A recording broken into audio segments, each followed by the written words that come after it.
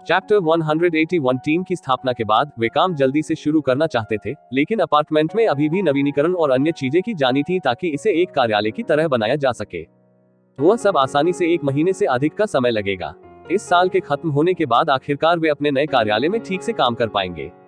इस वजह से ऑपरेशन पास के एक कैफे में चला गया जो अपार्टमेंट के करीब था। जैसा कि एडन ने बॉक्स ऑफिस पर एक बड़ी हिट दी थी और कोई अन्य प्रोजेक्ट साइन अप नहीं किया था, इसने उन्हें आगे बढ़ने के लिए एक अच्छी और विविध योजना बनाने का पूरा मौका दिया। वे सभी बहुत उत्साहित थे क्योंकि एडन ने सिर्फ एक चीज पर ध्यान केंद्रित नहीं किया था।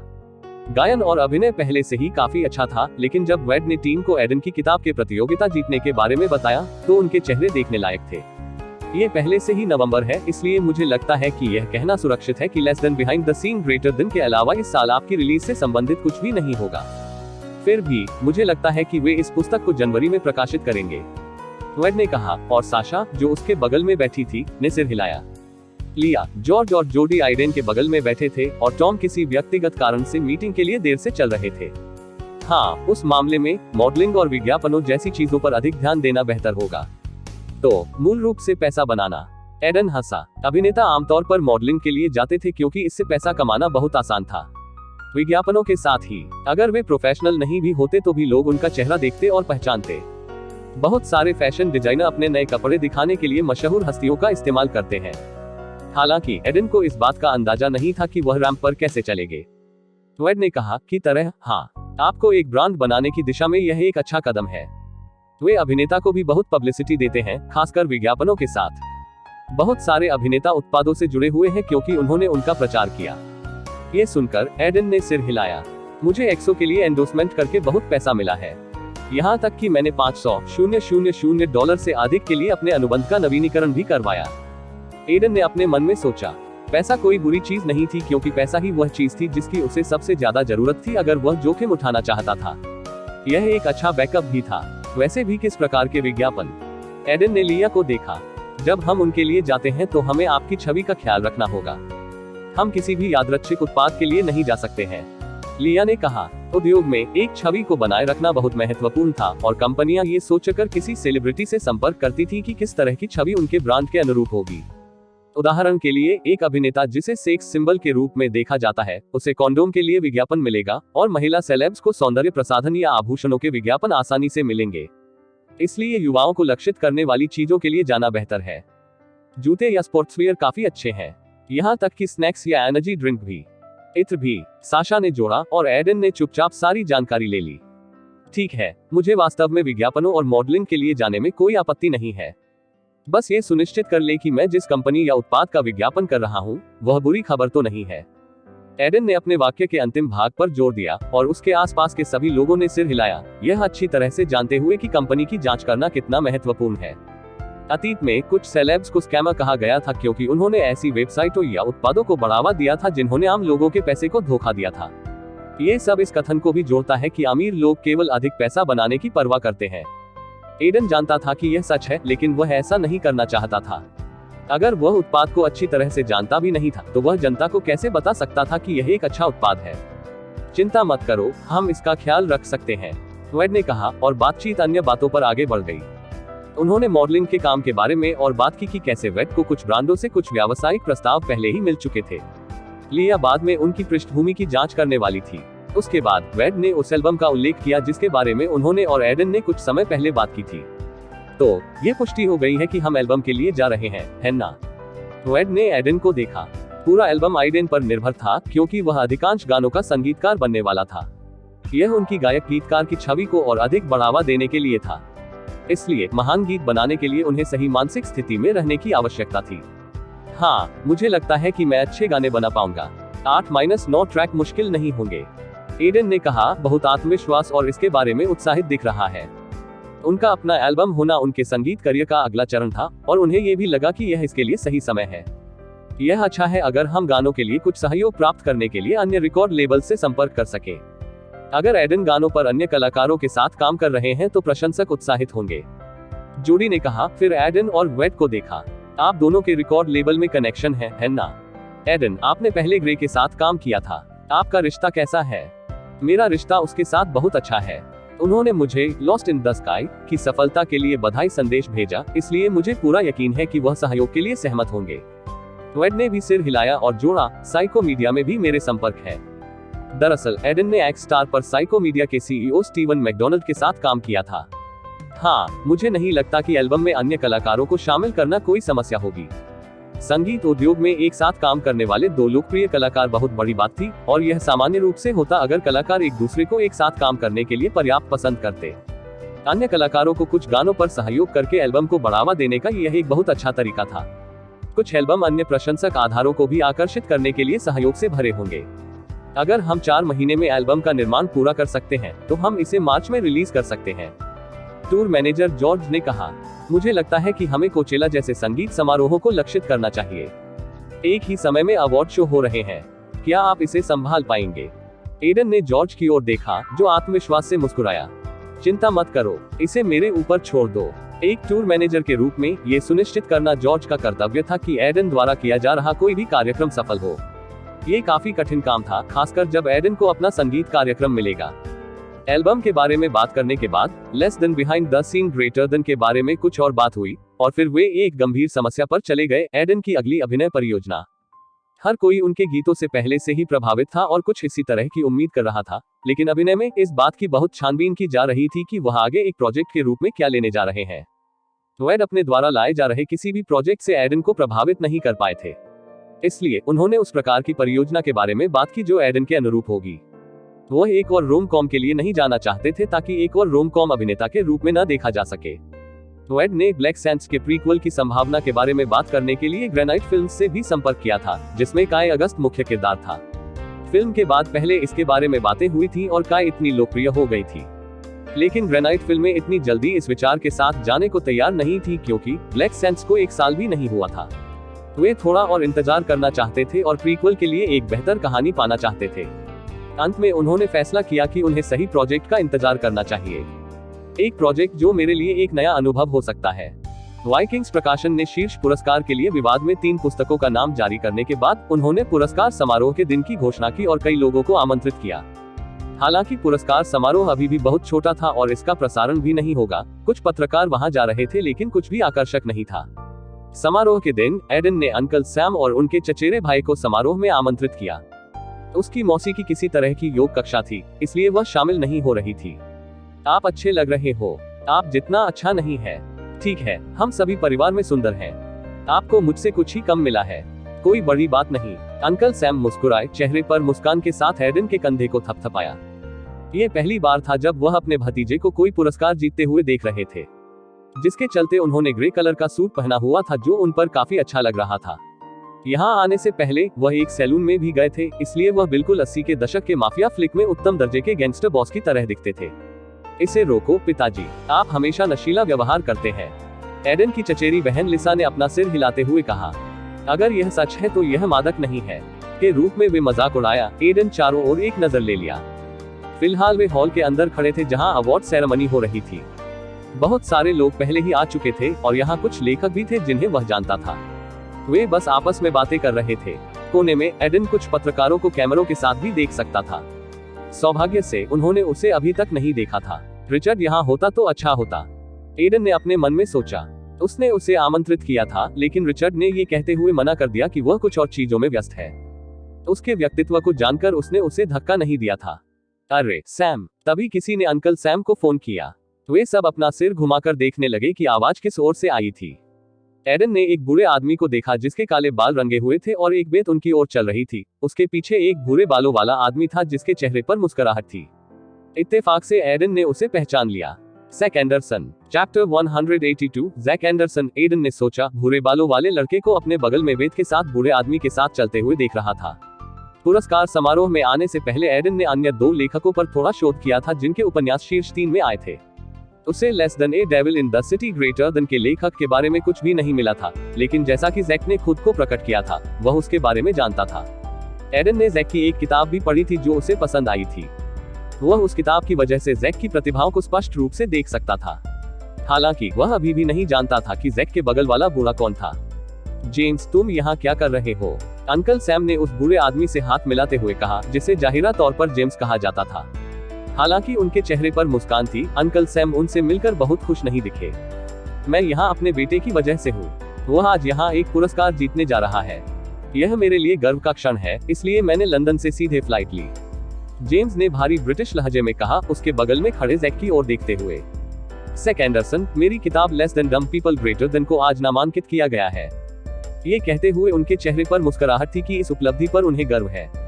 एकदम बढ़िया, अंकल सैम ने कहा और एडन के कंधे को थपथपाने से पहले जेम्स के चेहरे पर गर्व के भाव को देखा।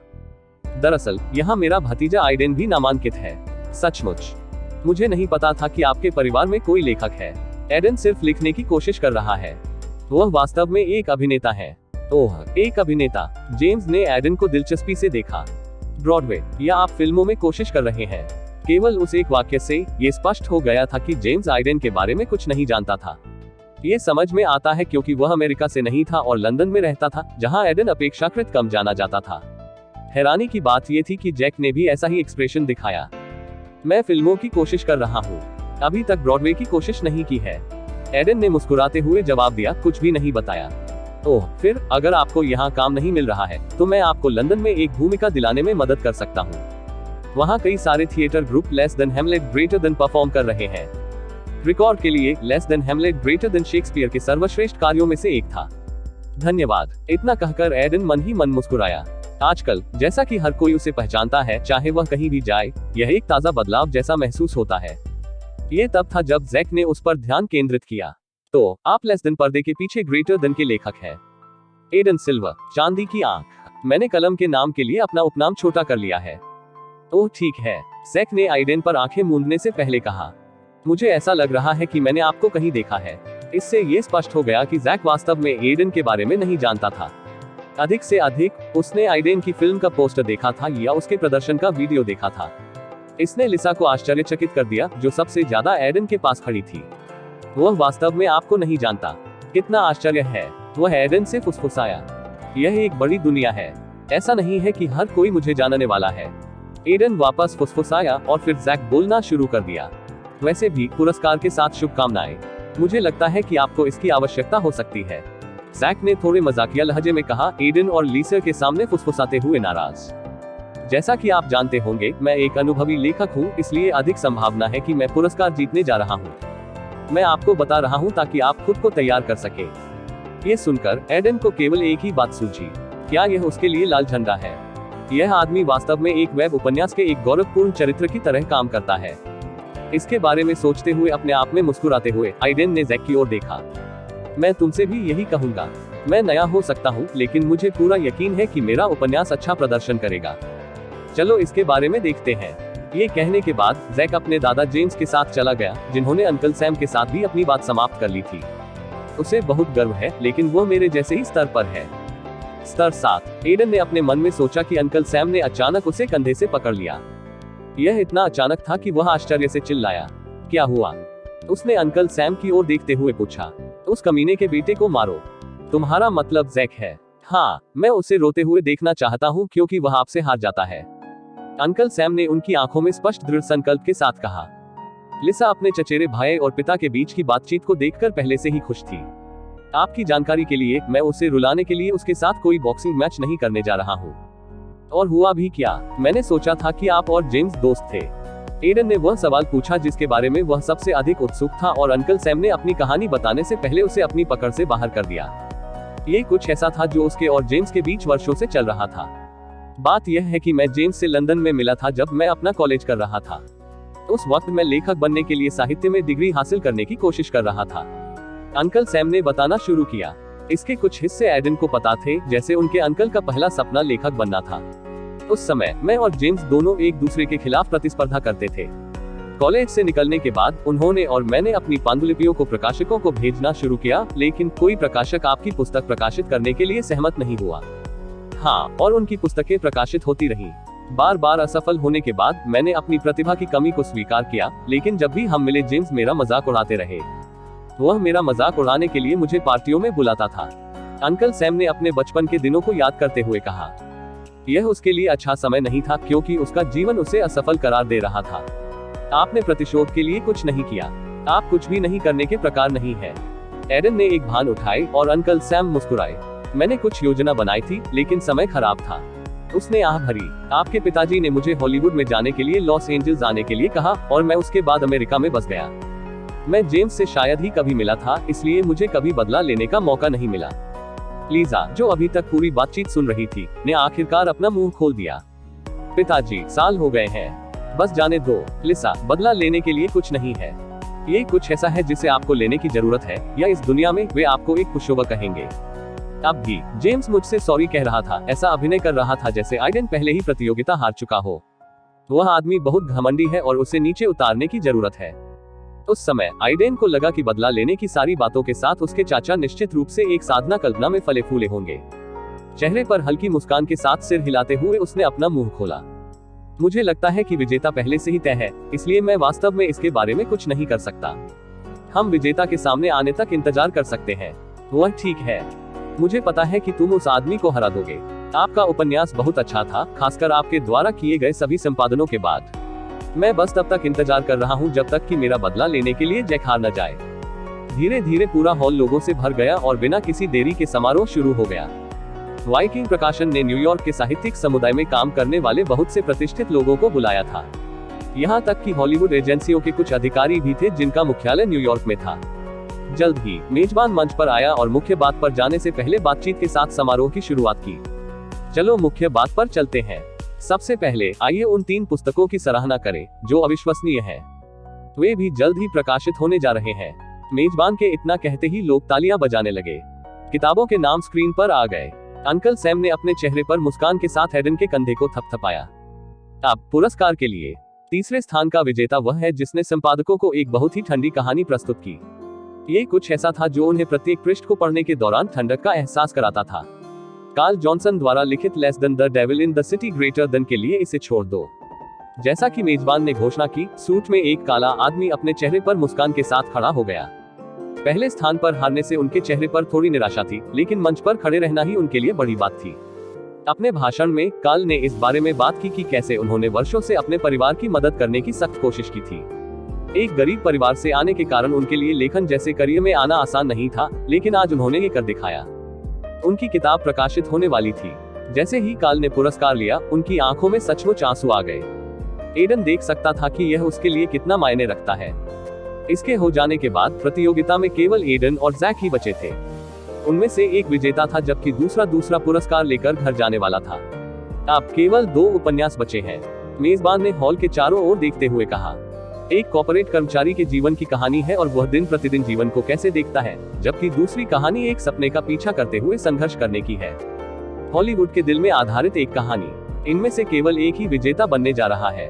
मेजबान ने दोनों उपन्यासों के बारे में बात की और फिर विजेता के नाम के साथ लिफाफा खोला। तो Vikings new book of the year का पुरस्कार जीतने वाली पुस्तक है चैप्टर 183 अध्याय 183।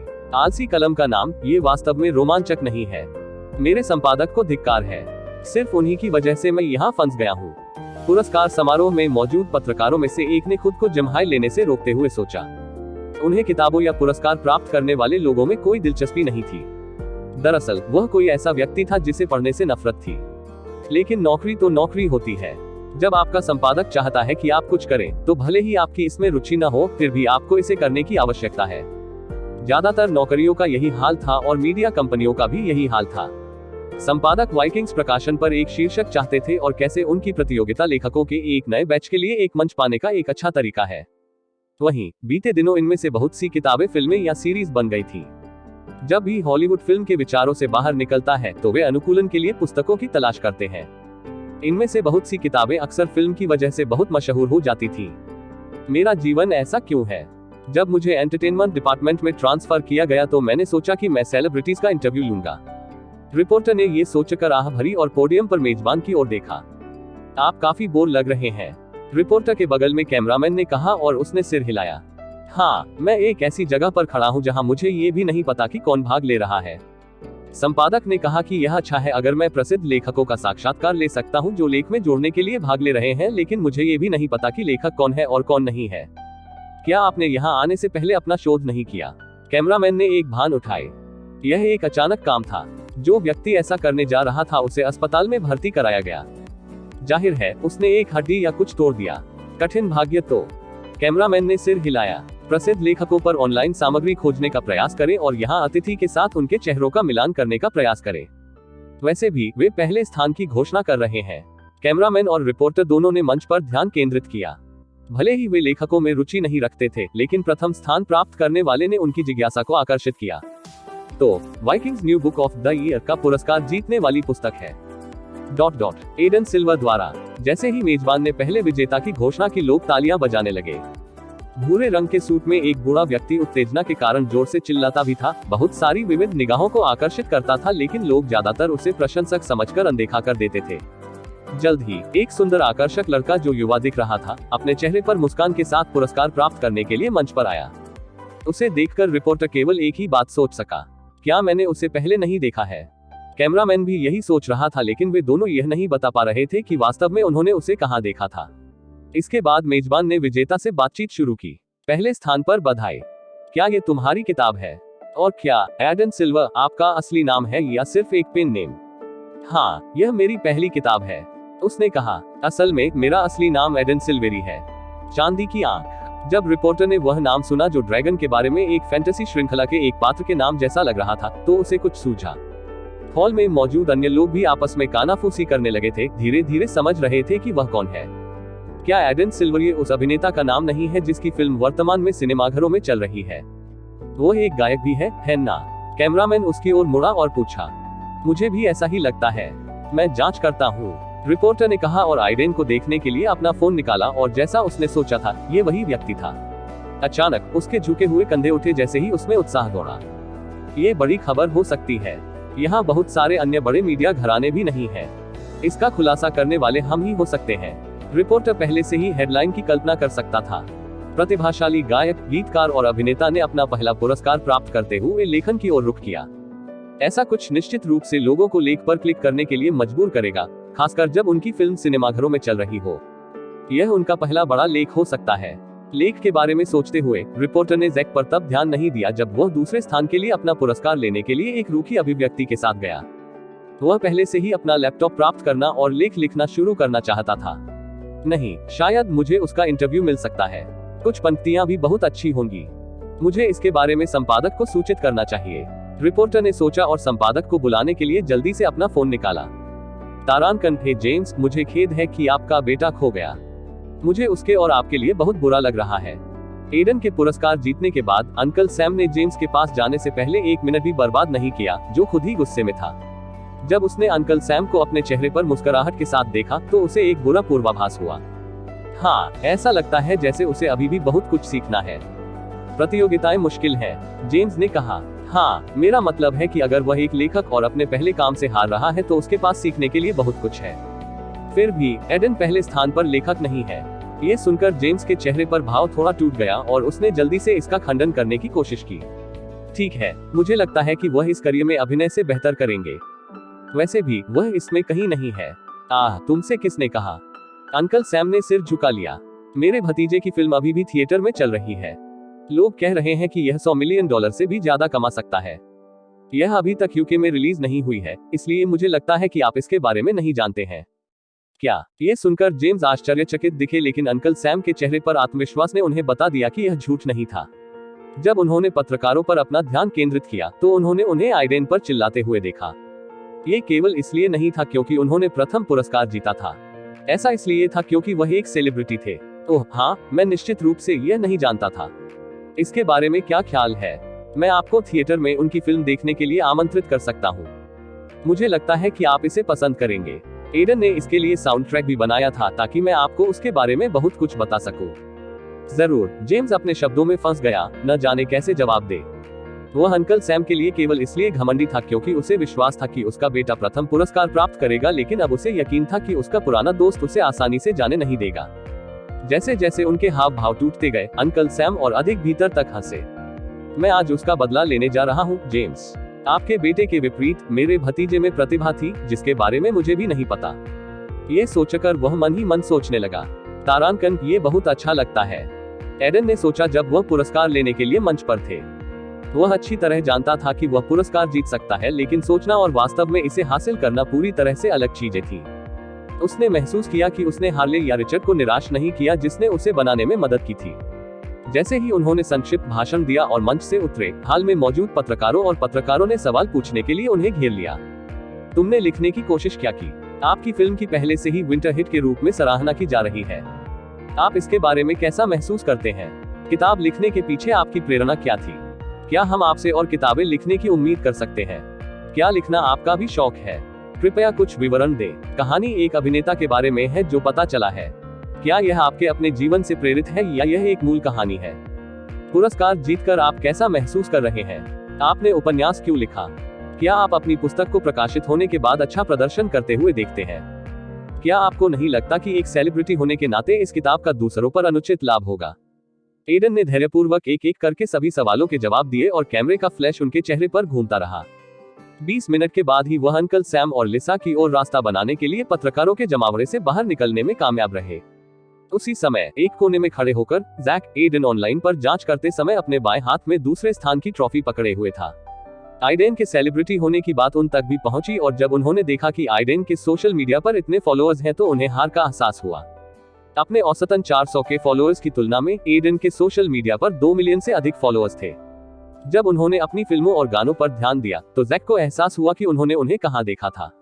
अभी 1 महीने पहले उसकी प्रेमिका ने फिल्म देखने के लिए कहा और उसे एक पोस्टर दिखाया। ये 30 दिनों की खुशी का पोस्टर था। रुको, अगर वह हॉलीवुड में है तो क्या वह पहले से ही उस जगह पर नहीं है जहां मैं निशाना लगा रहा हूं? जैक का अंतिम लक्ष्य बहुत सारे प्रशंसकों के साथ एक सेलिब्रिटी लेखक बनने के लिए एक निश्चित बच्चों के फैंटेसी लेखक का पालन करना था। वह अपनी किताबों के लिए सोशल मीडिया टैग देखना चाहता था, लेकिन ऐसा लग रहा था कि वहां पहुंचने से पहले उन्हें काफी काम करना था। एक पल के लिए जैक ने महसूस किया कि एडन केवल इसलिए जीता क्योंकि वह एक सेलिब्रिटी था और किताब को काम करने के लिए पर्याप्त अनुयायी थे, लेकिन उन्होंने जल्द ही इस विचार को झटक दिया। वाइकिंग्स प्रकाशन उन मामलों में काफी गहन था और वैसे भी एडन ने कलम नाम से प्रवेश किया था। हालांकि कलम का नाम आलसी लग रहा था और एकमात्र कारण जो अभी तक पता नहीं चला था वह ये था कि किसी ने कल्पना नहीं की थी कि एडन अपने गाने की रिकॉर्डिंग और फिल्म रिलीज के बीच एक किताब लिखेंगे। ये बिल्कुल अप्रत्याशित था। अध्याय 184। संदेहवादी जैसा कि पहले से ही दिसंबर था, 30 दिनों की खुशी पहले से ही 1.5 महीने से अधिक समय से सिनेमाघरों में चल रही थी। यदि बड़ी फ्रेंचाइजी रिलीज के लिए नहीं तो इसे छुट्टियों के मौसम में संग्रह प्राप्त होता। तब भी एनालिस्ट कह रहे थे कि दिसंबर के अंत तक फिल्म बॉक्स ऑफिस पर $10 करोड़ का आंकड़ा पार करने वाली है। स्ट्रीमिंग प्लेटफॉर्म पर आने से पहले ये जनवरी के अंत तक चलेगा, इसलिए कुल संग्रह चार्ट से बाहर होने वाले थे। अब तक इस फिल्म ने बॉक्स ऑफिस पर लगभग $81.9 मिलियन की कमाई की थी। ये साल की स्लीपर हिट फिल्मों में से एक थी जिसने बॉक्स ऑफिस पर वास्तव में छाप छोड़ी थी। मूवी की सफलता के कारण नेटफ्लिक्स और ड्रीम जोर जैसे बहुत सारे स्ट्रीमिंग प्लेटफॉर्म ने मूवी के अधिकार प्राप्त करने में रुचि दिखाई है, लेकिन उमर अभी भी एक अच्छे सौदे पर बातचीत करने में व्यस्त था। ये सब हो ही रहा था कि अचानक कुछ मेडिस वेबसाइट से एक अजीबोगरीब खबर सामने आने लगी। ये वाइकिंग्स पब्लिशिंग द्वारा आयोजित प्रतियोगिता में एडन के पुरस्कार जीतने के बारे में था। जो लोग घटनास्थल पर मौजूद थे उन्होंने जल्दी से इस विषय पर लेख पोस्ट कर दिए थे। Vikings new book of the year पुरस्कार जीता। क्या हम एक वास्तविक जीवन प्रतिभा को एक एक करके प्रतिभा दिखाते हुए देख रहे हैं? ग्रेटर देन जब हम इसे पढ़ते थे तो हमेशा मुझे और अन्य संपादकों को यह एक विशेष पुस्तक लगती थी। ये कुछ ऐसा था जिसने हमें वास्तव में प्रभावित किया और केवल पुरस्कार समारोह में ही मुझे पता चला कि एडन एक सेलिब्रिटी है। उन्होंने पुस्तक के लिए सभी की प्रशंसा की और उल्लेख किया कि वे जितनी जल्दी हो सके एडन के साथ अनुबंध पर हस्ताक्षर करने जा रहे थे। Greater than. जैसे ही ये सुर्खियां सामने आई, यह उन लोगों के लिए बहुत अप्रत्याशित थी जो एडन का अनुसरण कर रहे थे। उसने एक किताब लिखी थी और पुरस्कार भी जीता था। ये फर्जी खबर लग रही थी। बहुत सारे लोगों ने सोचा कि एडन ने अपनी आत्मकथा प्रकाशित की है, लेकिन तब क्या लिखेंगे जब उनका करियर ठीक से 2 साल का भी नहीं हुआ था। जब उन्होंने जांच की तो पता चला कि उन्होंने वास्तव में एक उपन्यास लिखा था और वाइकिंग्स प्रकाशन इसे प्रकाशित करने वाला था। ये बहुत बड़ी खबर थी और हालांकि यह आइडेन से जुड़ी अन्य वायरल चीजों की तरह नहीं उड़ी, फिर भी उनके प्रशंसक बहुत उत्साहित थे। खास ये कि इस खबर के सामने आने के बाद उनके फैन ग्रुप संदेशों से गुलजार हो गए। रग्बी फुटबॉल नहीं, क्या ये सच है कि एडन एक किताब प्रकाशित कर रहा है? वह वास्तव में कहीं से भी निकला? क्या यह नकली है या वह वास्तव में लेखन क्षेत्र में आने की कोशिश कर रहा है? हैरी पॉटर की छड़ी, यार उसके लिए मेरा सम्मान बहुत कम हो जाएगा अगर यह सिर्फ एक और बुरी किताब है, क्योंकि एक सेलिब्रिटी ऐसा था जैसे चलो एक किताब लिखकर आसानी से पैसा कमाते हैं। कौन परवाह करता है अगर मैं साहित्य की वर्तनी नहीं जानता। उद्धरण closing square bracket opening square bracket. कौनी वार्ता, हाँ, मुझे अभी भी एक पोर्न स्टार की जीवनी खरीदने का पछतावा है। मेरी पत्नी ने मुझे इसे पढ़ते हुए देख लिया और उसी किताब से मुझे पीटा। सबसे बुरी बात यह थी कि मैं तब गुप्त का उपयोग नहीं कर रहा था। डाओइस्ट जेड, नहीं दोस्तों, उसने इसके साथ एक बहुत अच्छी प्रतियोगिता जीती। मैं वाइकिंग्स प्रकाशन का अनुसरण करता हूं और उनके पास औसत से कम उपन्यास नहीं है और उनका रिकॉर्ड अच्छा है। मुझे पूरा यकीन है कि उपन्यास काफी अच्छा होगा। रिलीज होते ही मैं इसे खरीद लूंगा। F नहीं देने का दाव, आइए आशा करते हैं कि यह कम से कम औसत है। नाम से ही पता चलता है कि यह हॉलीवुड में सेट की गई कहानी हो सकती है। आजकल इस तरह की ढेर सारी कहानियां नहीं मिलती। मेरा नाम फुक यू है, सुनने में अच्छा लगता है, लेकिन उन्होंने एडन सिल्वर उपनाम के साथ प्रतियोगिता में प्रवेश किया। मुझे लगता है कि उन्होंने अपना अधिकांश समय उपन्यास के बारे में सोचने में बिताया। रिपोर्टर हफ, अगर यह सफल होता है तो मुझे पूरा यकीन है कि बहुत सारे मीडिया हाउस इसके बारे में बात करेंगे। बहुत सारे अभिनेता अपने करियर के अंत तक लेखन या निर्देशन करना शुरू कर देते हैं। किसी को इतनी जल्दी इसे लेते हुए देखना दुर्लभ है। लूसिफर इज बॉलर्स, मैं थोड़े उत्सुक हूँ कि जब किताब सामने आएगी तो ये कैसा होगा। एडन एक कहानीकार की तरह लगता है। उनके गानों में अच्छी कहानियां हैं और वो उन्हें अच्छी तरह चित्रित करते हैं। ऐसे में उनके फैन ग्रुप ने इस खबर के बारे में बात की। उनमें से बहुत से उत्साहित नहीं दिखे क्योंकि उन्हें अभी भी संदेह था कि किताब अच्छी होगी या नहीं, लेकिन उनमें से ज्यादातर तब भी किताब खरीदने जा रहे थे जब यह बाहर आएगी। तारांकन, ऐसा लग रहा है कि मीडिया ठीक से काम कर रहा है। खबर चुपचाप फैल रही है। आइडेन की सोशल मीडिया मैनेजर साशा ने कहा कि उन्होंने अपनी स्क्रीन पर लेखों को देखा। उनके अलावा लिया भी किसी चीज पर काम कर रही थी। ये दोनों भूतल पर काम कर रहे थे क्योंकि पहली मंजिल और बेसमेंट का वर्तमान में नवीनीकरण किया जा रहा था। मैंने कुछ मीडिया चैनलों को पहले ही कुछ जानकारी भेज दी थी और वे जल्द ही लेख जारी करने वाले थे, लिया ने कहा और साशा ने अपना सिर झुका लिया। क्या मुझे इसे थोड़ा और बढ़ावा देना चाहिए? ये बहुत से लोगों से आसानी से रुचि प्राप्त कर सकता है और फिर कॉपी लेख सामने आने वाले हैं, इसे और भी फैलाना है। नहीं, मुझे नहीं लगता कि हमें ऐसा करना चाहिए। बहुत सारे लोग पहले से ही सेलेब्स के भारी पीआर करने की शिकायत करते हैं। हमें इसे प्राकृतिक बनाए रखने की जरूरत है और ऐसा नहीं लगने देना चाहिए कि आइडेन हर समय हर जगह मौजूद है। हाँ, 30 दिनों की खुशी और एक की खोज के कारण उसके बारे में खबरें अभी भी तैर रही हैं।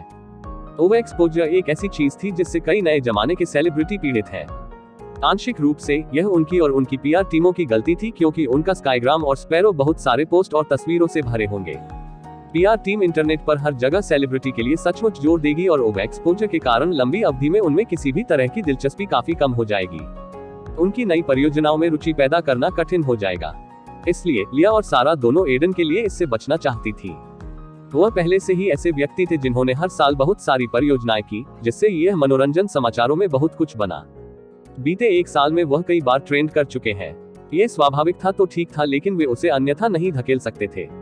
उसके लिए थोड़ा रहस्य होने की जरूरत है क्योंकि सभी हस्तियां जिन्हें सुपरस्टार के रूप में लेबल किया गया था, उनके बारे में एक आभा है जैसे वे एक अलग दुनिया से थे। बस इसे मॉनिटर करें। फिर पुस्तक के विमोचन के लिए बहुत सारे लोग संदेह करने वाले हैं और इसके जारी होने तक संशय में रहेंगे। साशा ने कहा, ऐसा महसूस हो रहा है कि उनके जीवन का यह नया अध्याय बहुत दिलचस्प तरीके से शुरू हुआ है। क्या आपको लगता है कि किताब अच्छा करेगी? अपने लैपटॉप पर काम करने के लिए मुड़ते ही लिया ने पूछा। मुझे लगता है कि इसकी अच्छी बिक्री होगी, लेकिन यह अधिक मायने रखता है अगर इसे अच्छी आलोचनात्मक समीक्षा मिले। हम चाहते हैं कि लोग एडन को एक लेखक के रूप में गंभीरता से लें क्योंकि उन्होंने ये स्पष्ट कर दिया था कि वह आगे जाकर और किताबें लिखेंगे। वह एक अजीब व्यक्ति है ना? लिया ने अचानक कहा। क्यों? वह एक चीज के साथ नहीं रहता है। यह ऐसा है जैसे वह एक बच्चा है जो एक चीज से दूसरी चीज पर कूद रहा है।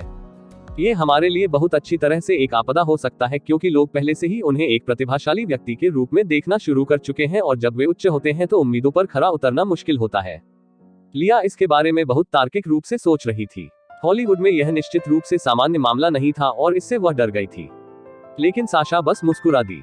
ये ठीक है अगर लोग उसे एक प्रतिभाशाली के रूप में ले रहे हैं, क्योंकि मुझे लगता है कि वह वास्तव में एक हो सकता है। अरे हार्ले, तुम एक साथ ड्रिंक लेना चाहते हो? मैं एक अच्छा बार जानता हूँ। एक आदमी ने हार्ले को बुलाया क्योंकि वह उस फिल्म के सेट से जा रहा था जिस पर वह काम कर रहा था। पीछे मुड़कर उसने देखा कि यह एक और अतिरिक्त अभिनेता था।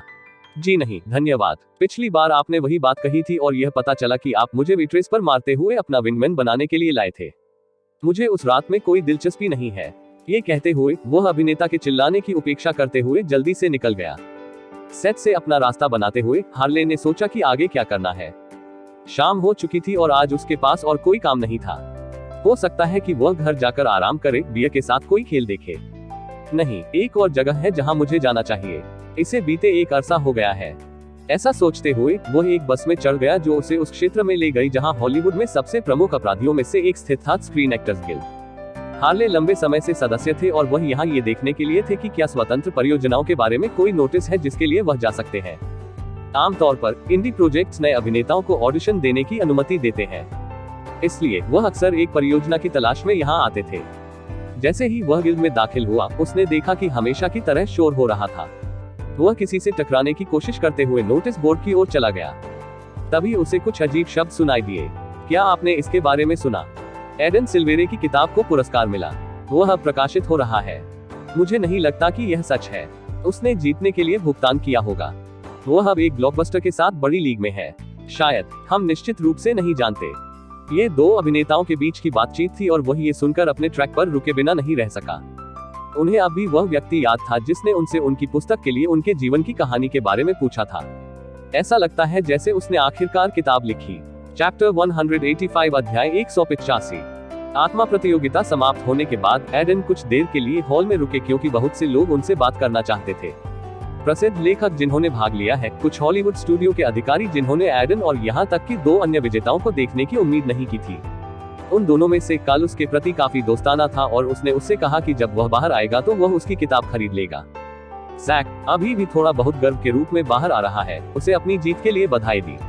एडन ने अनुमान लगाया कि वह वास्तव में बुरा व्यक्ति नहीं था, बस उन्हें अपने को बड़ा समझने और दूसरों को नीचा दिखाने की आदत थी।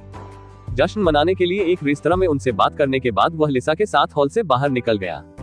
अंकल सैम उनके साथ नहीं गए क्योंकि वे जेम्स के साथ पहले ही कहीं जा चुके थे। फिर भी यह उनके लिए एक बहुत ही खास दिन था क्योंकि उन्होंने वास्तव में अपने लेखन करियर में एक और कदम उठाया था। अगले दिन वेड और उन्होंने अनुबंध की बातचीत पर जाने के लिए वाइकिंग्स प्रकाशन कार्यालय का दौरा किया। पिछली प्रतियोगिता में जीतने वाली पुस्तकें प्रतियोगिता के तुरंत बाद प्रकाशित की गई थी। अधिकांश पुस्तकों के लिए केवल 1 महीना लगा था। वाइकिंग्स पब्लिशिंग के बहुत सारे कनेक्शन थे और वे जानते थे कि किसी पुस्तक की अच्छी मार्केटिंग कैसे की जाती है, इसलिए वे बहुत सफल रहे। जब एडन उनके कार्यालय पहुंचे तो उन्होंने देखा कि वाइकिंग्स द्वारा प्रकाशित पुस्तकों से अनुकूलित फिल्मों के पोस्टर हर जगह थे। महान उपन्यासों के कवर भी थे जिन्होंने पुरस्कार जीते थे। ऐसा लग रहा था कि उनके पब्लिशिंग हाउस ने अब तक जो हासिल किया है उसे वे दिखा रहे हैं। ये देखकर वेड ने टिप्पणी की, आशा करते हैं कि किसी दिन आपकी पुस्तक वहां होगी। हाँ, मुझे आशा है कि यह इसे वहां बनाता है।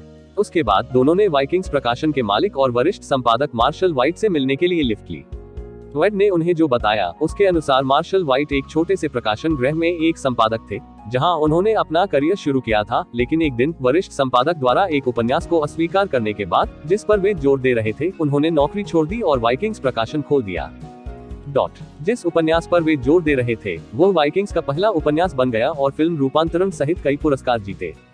वह कहानियों के प्रति बहुत भावुक व्यक्ति थे और एक अच्छी कहानी को अपने दर्शकों तक पहुंचाना अपना कर्तव्य समझते थे। नमस्कार, आपसे मिलकर खुशी हुई। जब एडन मार्शल वाइट के कार्यालय में दाखिल हुए तो उन्होंने उन दोनों को एक चमचमाती मुस्कान के साथ देखा। वह एक सफेद आदमी था, सूट पहने और घनी दाढ़ी और चश्मा लगाए हुए था। एडन सिल्वेरे, आपसे मिलकर अच्छा लगा। वह मेरा एजेंट है, वेड स्पेक्टर। उन्होंने अपना परिचय दिया और उपन्यास पर चर्चा के लिए बैठ गए। क्या आप हमेशा विजेताओं से ऐसे ही मिलते हैं? ये पहला सवाल था जो एडन ने पूछा था, कुछ ऐसा जिसके बारे में वह बहुत उत्सुक थे। आखिरकार मार्शल जैसा आदमी इतना स्वतंत्र नहीं होगा।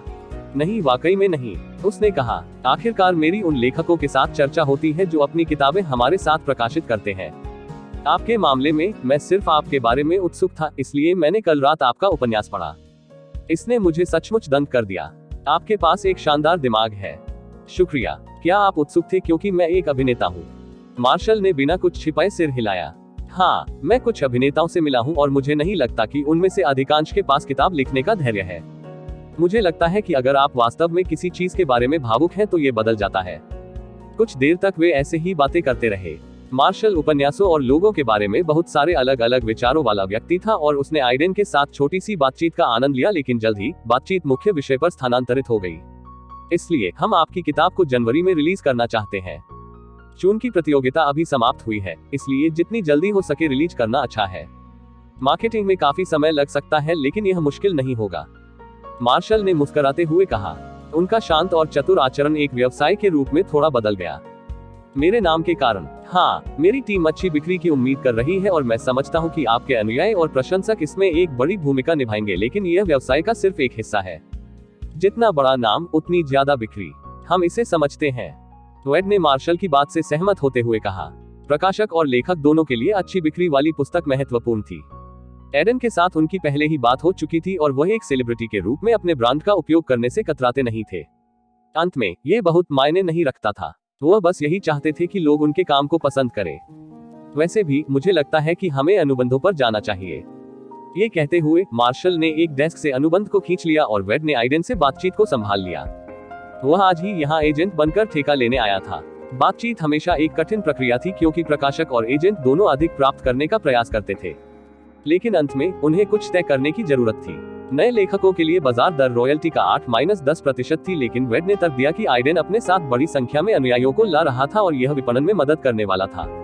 उन्होंने अन्य बिंदुओं पर भी बहस की और मार्शल के साथ कई धाराओं पर बात की, यहाँ तक कि वेड को भी स्वीकार करना पड़ा कि वह बहस करने के लिए एक कठिन प्रतिद्वंद्वी थे। मार्शल के पास महान व्यावसायिक कौशल था जिसका उपयोग उन्होंने वाइकिंग्स प्रकाशन को शीर्ष पर पहुंचाने के लिए किया था, लेकिन अंत में दोनों स्वीट स्पॉट कहे जाने वाले बिंदु पर पहुंचे। मुझे लगता है कि हम दोनों रॉयल्टी में 13% के लिए सहमत हो सकते हैं। हाँ, यह मेरे साथ ठीक है, एडन ने कहा और मार्शल से हाथ मिलाया। वह जानता था कि जैसे जैसे उसका लेखन करियर बढ़ेगा, रॉयल्टी शुल्क धीरे धीरे बढ़ेगा। मुझे उम्मीद है कि हम लंबे समय तक साथ काम करेंगे।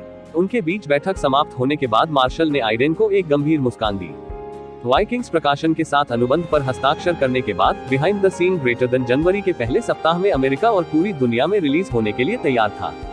एडन इसे लेकर काफी उत्साहित थे, लेकिन साथ ही उनके पास आगे देखने के लिए अन्य काम भी थे। एक टीम प्राप्त करने से वास्तव में उन्हें एक पेशेवर हस्ती की तरह महसूस हुआ। टीम के प्रत्येक सदस्य अलग अलग चीजों पर काम कर रहे थे। वेड एजेंट के रूप में सब कुछ देख रहे थे और साथ ही वे ये भी संभाल रहे थे कि आइडेन की अगली परियोजनाएं कैसे चलेंगी। एल्बम और उसका अगला अभिनय कार्य। बात के लिए वह अभी भी एक अच्छी स्क्रिप्ट की तलाश कर रहे थे, लेकिन पहले के लिए वह पहले से ही कुछ रिकॉर्ड लेबल के साथ मिलकर काम करने के लिए बात कर रहे थे। उसी समय एडन को अपना पहला कमर्शियल भी मिला जो सीधे टेलीविजन पर प्रसारित होगा, और यह किसी ब्रांड का नहीं बल्कि वास्तव में एक बड़ा ब्रांड था। स्पिरिट नामक शीतल पेय ब्रांड। यह एक ऐसा ब्रांड था जो 90 के दशक से लंबे समय से चल रहा है और पूरी दुनिया में शीर्ष शीतल पेय में से एक था। वे उन्हें अपने एक विज्ञापन में आने के लिए 300K का भुगतान कर रहे थे, जो कि एक बड़ी राशि थी। इसलिए उन्होंने अपने नए कानूनी परामर्शदाता हैंस के साथ अनुबंध पर विचार करने के तुरंत बाद अनुबंध पर हस्ताक्षर कर दिए थे। इसके अलावा वेड कुछ फैशन ब्रांड और स्पोर्ट्स वियर के संपर्क में भी थे, जो एडन को अपने एक मॉडल के रूप में साइन करना चाहते थे। तो आपको यहाँ क्या करने की जरूरत है? बस यहाँ से भागना है और यहाँ कूदना है।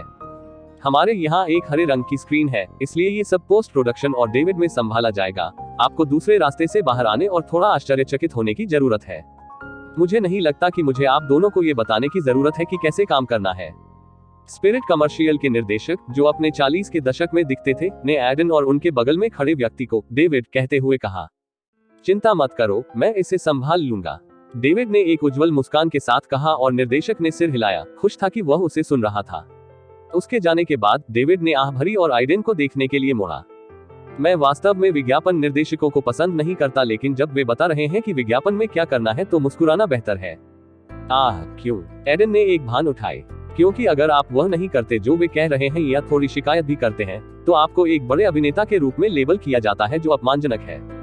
कभी कभी बदतर। 2000 के दशक की शुरुआत में एक बार मेरे साथ ऐसा हुआ था। एक विज्ञापन निर्देशक ने एक समाचार एजेंसी से मेरे बारे में बात की और फिर ये खबर बन गई। हॉलीवुड में ज्यादातर लोगों की किसी भी तरह से बड़ी प्रतिष्ठा नहीं है, उन्हें चूसना चाहिए। ऐसा होता है, इसलिए वे जो कुछ भी कह रहे हैं बस सिर हिला दे। डेविड ने एडन के कंधे को थपथपाते हुए कहा। वह एडन से सिर से अधिक लंबा था, जो खुद 6 फीट का था। इस कमर्शियल के लिए स्पिरिट को एडन और डेविड दोनों मिल गए थे। रिकॉर्ड के लिए डेविड सिल्वेस्टर एक लिस्टर अभिनेता थे जिन्होंने 90 के दशक में अपनी शुरुआत की थी और हॉलीवुड के सबसे पुराने एक्शन अभिनेताओं में से एक थे। जहां एडन को कमर्शियल के लिए 300K मिल रहा था, वहीं डेविड को $1 मिलियन से ज्यादा मिल रहे थे। दोनों की स्टार शक्तियों में यही अंतर था। जब से वह डेविड से मिला था, वह एडन को अपने करियर के बारे में हर तरह की बातें बता रहा था और कुछ स्थितियों से कैसे निपटना है। उनका रूप बड़ा ही हृष्ट-पुष्ट था और कुछ दिनों में उनके कद काठी ने गहरी छाप छोड़ी, लेकिन वे बड़े मिलनसार थे। उनकी वजह से एडन का पहला कमर्शियल काफी अच्छा चल रहा था। चैप्टर 186 एडन स्पिरिट के विज्ञापन के सेट पर सुबह से ही काम कर रहे थे। वह केवल 45 सेकंड का एक विज्ञापन शूट कर रहे थे, लेकिन यह आसान काम नहीं था। विज्ञापनों को शूट करने में कई बार पूरा दिन लग जाता है, भले ही वे शूट करने में आसान दिखते हो या बहुत छोटे हो। वह इसके साथ ठीक था, क्योंकि यह अभी भी उसके लिए एक नया और सुखद अनुभव था। एडन, क्या आप कुछ और अभिव्यक्ति दिखा सकते हैं? डेविड, जब तुम शराब पी रहे हो तो आकाश को देखने की कोशिश करो। समझना, विज्ञापन के निर्देशक ने एडन और डेविड की ओर देखते हुए कहा, जो दोनों अपने हाथों में स्पिरिट की कैन लिए हुए थे। ये कमर्शियल का आखिरी सीन था जिसमें दोनों साथ में स्पिरिट पिएंगे और फिर स्क्रीन पर प्रोडक्ट का नाम आएगा। लेकिन उन्हें इसकी शूटिंग करने में परेशानी हो रही थी। एडन पहले ही शीतल पेय के 3 डिब्बे पी चुका था। बस सिर हिलाओ और कोई भाव मत दिखाओ। डेविड ने उससे फुसफुसाया और उसने निर्देशक को सिर हिलाया। निर्देशक की नाक सिकुड़ी हुई थी और वह अपनी कुर्सी पर वापस बैठ गया और चिल्लाया, चलो 5 मिनट का ब्रेक लेते हैं। चालक दल और एक्स्ट्रा कलाकार यह सुनकर इधर उधर बिखर गए। कुछ आपस में बात कर रहे थे, जबकि अन्य धूम्रपान करने या बाथरूम में चले गए। शाम होने वाली थी और वे सुबह से शूटिंग कर रहे थे। सभी काफी थके हुए थे। तुम ठीक तो हो ना? तुमने पहले ही बहुत सारी शीतल पेय पी ली है। जैसे ही एडन हरी स्क्रीन से बाहर निकला, टॉम, उसका नया नियुक्त सहायक, उसकी ओर चला। वह वही थे जो उनके साथ एक शूट पर गए थे। वह भूरे बालों और तीखे चेहरे वाला एक युवा लड़का था। मैं ठीक हूँ, बस वे मेरे स्वाद के लिए थोड़ा बहुत मीठा स्वाद लेते हैं। मुझे वास्तव में पेय का एक और स्वाद बेहतर लगता है।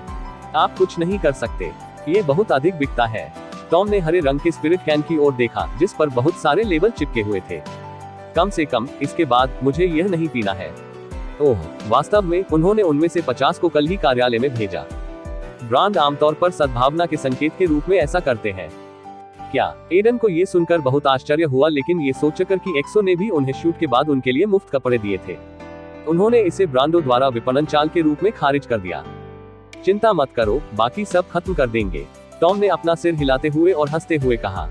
एडन ने उसे सिर्फ लापरवाही से बोलने का निर्देश दिया था।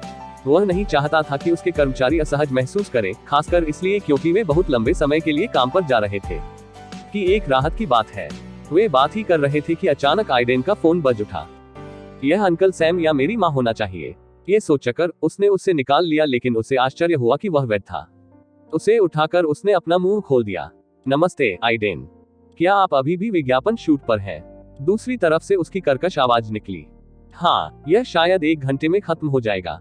क्यों, क्या हुआ? अच्छी खबर है, कम से कम मुझे ऐसा लगता है कि यह अच्छी खबर है। वैड की उत्तेजित आवाज निकली। एडन ने महसूस किया कि वैड के लिए इस तरह की आवाज निकालना कुछ बड़ी बात हो सकती है। क्या हुआ? मुझे मत बताओ कि तुम शादी कर रहे हो। ओह नहीं, मैं अभी प्रपोज करने के बारे में सोच भी नहीं रहा हूँ। वैसे भी यह काम से जुड़ा है। मुझे वास्तव में 2 महान परियोजनाओं पर हाथ मिला। दोनों कुछ ऐसे लगते हैं जो आपको पसंद आएंगे। सचमुच। एडन भी ये सुनकर उत्साहित हो गए। एक अच्छी स्क्रिप्ट जो उन्हें इस भूमिका को करने के लिए मजबूर कर सकती है। कुछ समय से वह ऐसे ही खोज रहा था। हाँ, मैं उस स्टूडियो में आ रहा हूँ जहाँ विज्ञापन की शूटिंग चल रही है। चलिए बात करते हैं पास के एक कैफे की। मैं आपको इसके बारे में और विस्तार से बताऊंगा। ये कहते हुए वैड ने फोन काट दिया और एडन सोच में पड़ गए कि पूरी शूटिंग के दौरान ये किस प्रकार की स्क्रिप्ट होगी। वैड बहुत जल्दी विज्ञापन स्टूडियो पहुंचे और एडन को एक अच्छा टेक देने में आधे घंटे का समय लगा, जो निर्देशक को पसंद आया। डेविड सिल्वेस्टर ने उन्हें अपने साथ एक पार्टी में आने के लिए कहा, लेकिन एडन को ये कहते हुए उन्हें अस्वीकार करना पड़ा कि उन्हें एक नई स्क्रिप्ट के बारे में अपने एजेंट से बात करने की जरूरत है। पुराने एक्शन स्टार ने इसका बुरा नहीं माना, काम की नैतिकता की सराहना की और उसके साथ नंबरों का आदान प्रदान किया। उन्होंने यहाँ तक कहा कि एक दिन उनके साथ काम करने में मजा आएगा। इसके बाद वे और वेड दोनों एक कैफे के लिए निकल गए। उसने टॉम से कहा कि आज का काम समाप्त हो गया है, क्योंकि वह वेड से अकेले में बात करना चाहता है। टॉम इससे ज्यादा खुश था और चला गया। कैफे में दोनों को एक कोने वाली सीट खाली मिली और 2 कप कॉफी का ऑर्डर देकर बात करने लगे। तो आज मैं कुछ प्रोडक्शन हाउसों के पास ये जानने के लिए गया कि वे किस प्रकार की परियोजनाओं के लिए काम कर रहे हैं और आपके लिए कुछ जानकारी प्राप्त करने का प्रयास किया। बहुत सारी चीजें थी, स्क्रिप्ट बस इधर उधर पड़ी थी, लेकिन मुझे 2 प्रोजेक्ट मिले जो आपके लिए एकदम सही थे। वेड शुरू हुआ और एडन के पास ये सुनने के लिए बहुत सारे प्रश्न थे। वे मुझे पेश नहीं किए गए हैं, अभी तक नहीं, लेकिन जब मैंने आपके बारे में बात की तो प्रोडक्शन हाउस मुझे सारांश देने से ज्यादा खुश था, इसलिए वे बहुत रुचि रखते हैं। यह इस बारे में है कि आप रुचि रखते हैं या नहीं। ये कहते हुए वेड ने 2 दस्तावेज निकाले। ये दोनों परियोजना के सारांश थे। यदि एडन उन्हें पसंद करते हैं तो वे ऑडिशन की तैयारी के लिए एक स्क्रिप्ट के लिए अनुरोध कर सकते हैं। चलो पहले इस बारे में बात करते हैं। मुझे ऐसा लगता है कि आप इसे पसंद करने की अधिक संभावना रखते हैं। वेड ने दस्तावेजों में से एक को टैप किया और उसे आइडेन की ओर धकेल दिया। उसके मन में उसके बीच में लिखा नाम पड़ गया, डिस्कनेक्टेड। इसने एडन को फिल्म के बारे में बहुत कुछ नहीं बताया। क्या ये दो लोगों के बीच संबंध के बारे में सिर्फ एक और रोम कॉम हो सकता है या कुछ अलग? आपको नाम कैसा लगा? वेड ने पूछा। यह मुझे कहानी के बारे में बहुत कुछ नहीं बताता है। ये किस बारे में है? यह एक बिजनेस ड्रामा है, वॉल स्ट्रीट ठग की तरह लेकिन अलग। इसमें उद्यमिता जैसे अन्य तत्व हैं और भाग्य बनाने के लिए क्या करना पड़ता है। इसमें बहुत सी चीजें मिली हुई हैं। एडन ने वॉल स्ट्रीट ठग को याद किया। यह एक ऐसे व्यक्ति की कहानी थी जिसने स्टॉक ब्रोकर होने के कोड को तोड़ दिया, लेकिन अंततः अवैध व्यापार करना शुरू कर दिया। अंततः अमेरिका में सबसे अमीर व्यक्तियों में से एक बन गया। वह फिल्म गाली गलौज और ढेर सारे ड्रामा से भरी थी, लेकिन एडन को ये पसंद आई थी। दिलचस्प लगता है। ये बुदबुदाते हुए उन्होंने एक पन्ना पलटा और सारांश पढ़ना शुरू किया। यह कोई स्क्रिप्ट नहीं थी, लेकिन कहानी के मूल आधार को समझने के लिए ये काफी था। इसके अलावा ये काफी पतला था। तो यह एक कंपनी बनाने के लिए एक साथ काम करने वाले दोस्तों के एक समूह के बारे में है, जो अंततः प्रमुख सोशल मीडिया साइटों में से एक स्नैपबुक बना रहा है। ये डिस्कनेक्टेड का मूल आधार था। मुख्य पात्र ने 2007 में एक कॉलेज के छात्र के रूप में शुरुआत की, जिसने सोशल मीडिया साइटों के आने के बारे में सुना और कुछ ऐसा ही बनाने की कोशिश करेगा, केवल दोस्तों को इसमें शामिल करने के लिए जो साइट को बेहतर बनाने के लिए नवाचार करेंगे। ये दोस्त सबसे तेजी से बढ़ती सोशल मीडिया साइटों में से एक के मालिक बनेंगे, लाखों निवेश प्राप्त करेंगे और युवा करोड़पति बनेंगे। लेकिन पैसा मिलने के बाद उनकी दोस्ती में तनाव आ जाता था, क्योंकि वे कॉर्पोरेट जगत की ठंडी सच्चाई का सामना करते थे, अंततः एक दूसरे के खिलाफ साजिश रचने लगते थे। यह एक बहुत ही नाटकीय कथानक था और जो संभावित रूप से एक महान फिल्म बन सकता था। क्या यह एक बायोपिक है? ये वह एहसास दे रहा है। एडन ने ऊपर देखा और वेड से पूछा कि किसने अपना सिर हिलाया। नहीं, आप कह सकते हैं कि यह प्रेरित है, लेकिन यह बायोपिक नहीं है। प्रोडक्शन हाउस एक अमीर अरबपति के बारे में एक फिल्म नहीं बनाना चाहता, क्योंकि उन्हें इस तरह का विवाद आसानी से मिल सकता है। वे चाहते हैं कि फिल्म किसी से न जुड़ी हो। तो निर्देशक सिर्फ ये दिखाना चाहता है कि पैसा लोगों के लिए क्या करता है। वेड ने उस सवाल पर अपना सिर हिलाया। एकमात्र कारण उसने सोचा था कि डिस्कनेक्टेड एडन के लिए अच्छा होगा, क्योंकि इसके विषय पैसे, लालच, शक्ति और अंततः बाहर गिर रहे थे। आपको कहानी कैसी लगी? अच्छा लग रहा है, एडन ने कुछ देर सोचने के बाद कहा। मुझे मुख्य किरदार पसंद है और कैसे कहानी उसके व्यक्तित्व को बदलने की बात करती है, क्योंकि उसे अधिक शक्ति और पैसा मिलता है। ये बहुत हद तक अमीर आदमी की कहानी बनने का मानक है। हाँ, लेकिन इसके पीछे काबिल लोग हैं, इसलिए आप शर्त लगा सकते हैं कि निष्पादन बुरा नहीं होगा। इसके अलावा लोग इस तरह की कहानी को पसंद करते हैं। वॉल स्ट्रीट ठग ने एक कारण से $300 मिलियन से अधिक की कमाई की। इस प्रकार की फिल्में आमतौर पर लोगों को ये जानकारी देती है कि जिन लोगों का नाम सफलता शब्द से जुड़ा है, वे वहां कैसे पहुंचे। अतः उनकी रुचि स्वाभाविक थी। तो आप क्या कहते हैं? क्या हमें इसके लिए जाना चाहिए? वेड ने एडन को देखा, जिसने अपना सिर नीचे कर लिया। उसकी आंखें सिनॉप्सिस पर लिखे शब्दों को स्कैन कर रही थी। यह एक मुख्य पात्र के बारे में वर्णन था। एक आदमी धीरे धीरे कुछ अलग बनने के लिए बदलता है जो वह शुरू में था। कहानी के माध्यम से परिवर्तन निरंतर है और यह मूल रूप से उसके चरित्रहीनता में गिरने और अधिक से अधिक क्रूर बनने का चित्रण है। ऐसा कुछ नहीं है जो मैंने पहले किया है, एडन ने अपने मन में सोचा। उनके अब तक के सभी पात्रों में इस प्रकार का चरित्र विकास नहीं हुआ है। काय एक ऐसा चरित्र था जिसे वास्तव में कभी कोई विकास नहीं मिला, क्योंकि उसे शुरू से ही एक पागल खलनायक की तरह दिखाया गया था। युद्ध की छाया में उनकी भूमिका मुख्य चरित्र के विकास के लिए थी और 30 दिनों की खुशी में आथा अपनी स्थिति को स्वीकार करने के बाद सकारात्मक विकास से गुजरे थे। उन्होंने किसी ऐसे व्यक्ति की भूमिका नहीं निभाई थी जो धीरे धीरे एक भयानक चरित्र में बदल रहा था। चैप्टर 187। ठीक है, चलो इसके लिए चलते हैं। मुझे ऐसा लगता है कि यह एक बहुत ही दिलचस्प परियोजना होगी, एडन ने अंत में एक निर्णय पर पहुंचने के बाद कहा। वेड ये सुनकर मुस्कुराए, ये सोचकर कि एक अच्छी स्क्रिप्ट खोजने की परेशानी आखिरकार खत्म हो गई, लेकिन वह अपनी भावनाओं में नहीं खोए और अपना मुंह खोल दिया। मुझे लगता है कि हमें मुख्य भूमिका के लिए ऑडिशन देना चाहिए।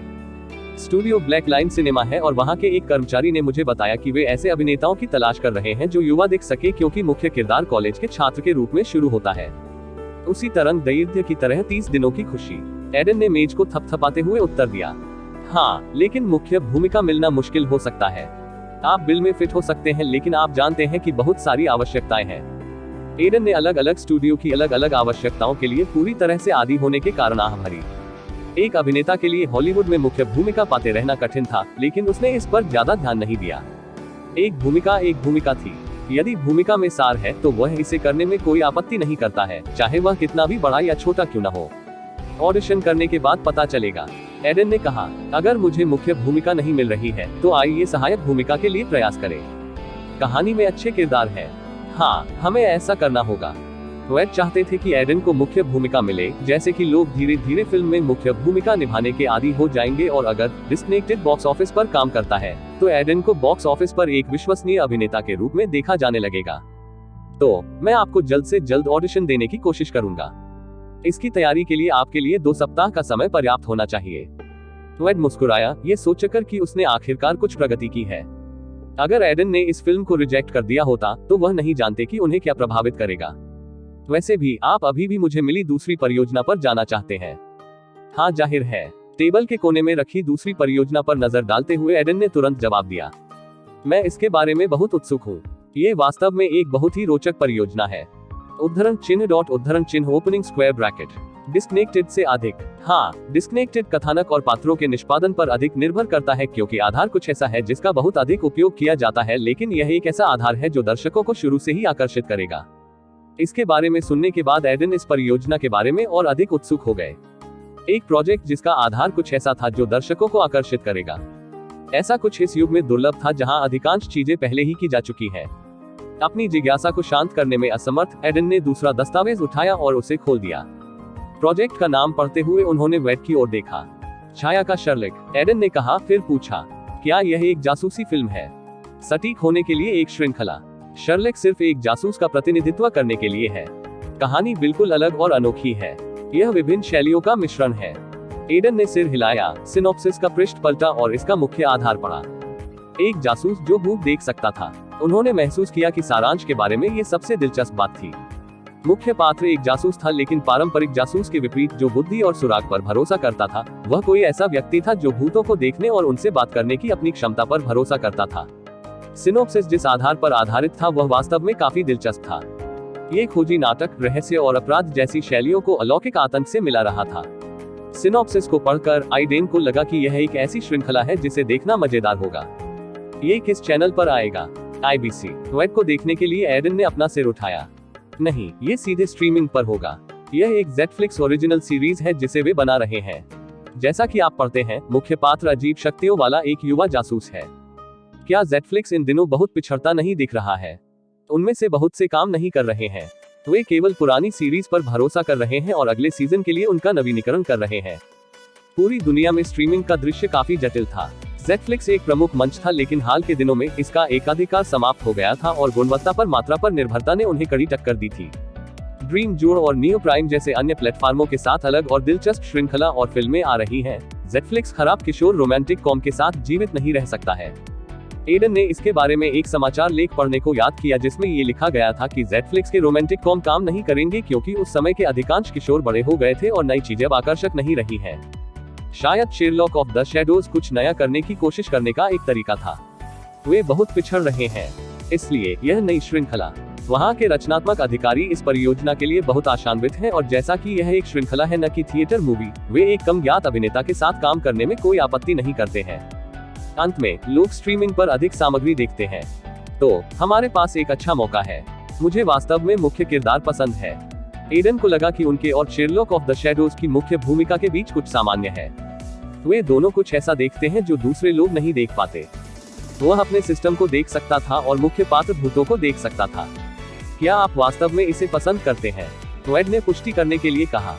सारांश बहुत दिलचस्प है और अगर मैं ईमानदार हूँ तो यह मुझे यथार्थवादी रोमांस और नाटक शैली से विराम देता है।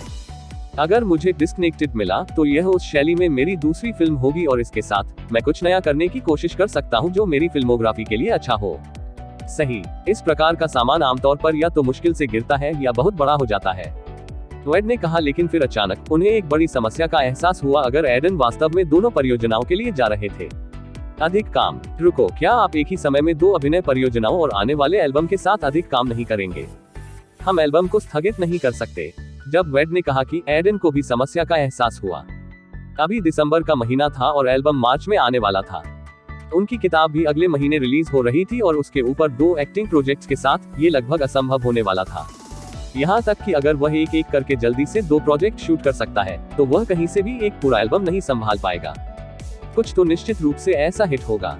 फिर हमें क्या करना चाहिए? एडन ने पूछा। हम सिर्फ एक परियोजना के लिए जा सकते हैं। वेड ने कहा, दोनों सिनोप्सिस पर अपनी आंखों को थोड़ा झुकाते हुए, लेकिन एडन ने जल्दी से अपना सिर हिला दिया। नहीं, मुझे दोनों पसंद है।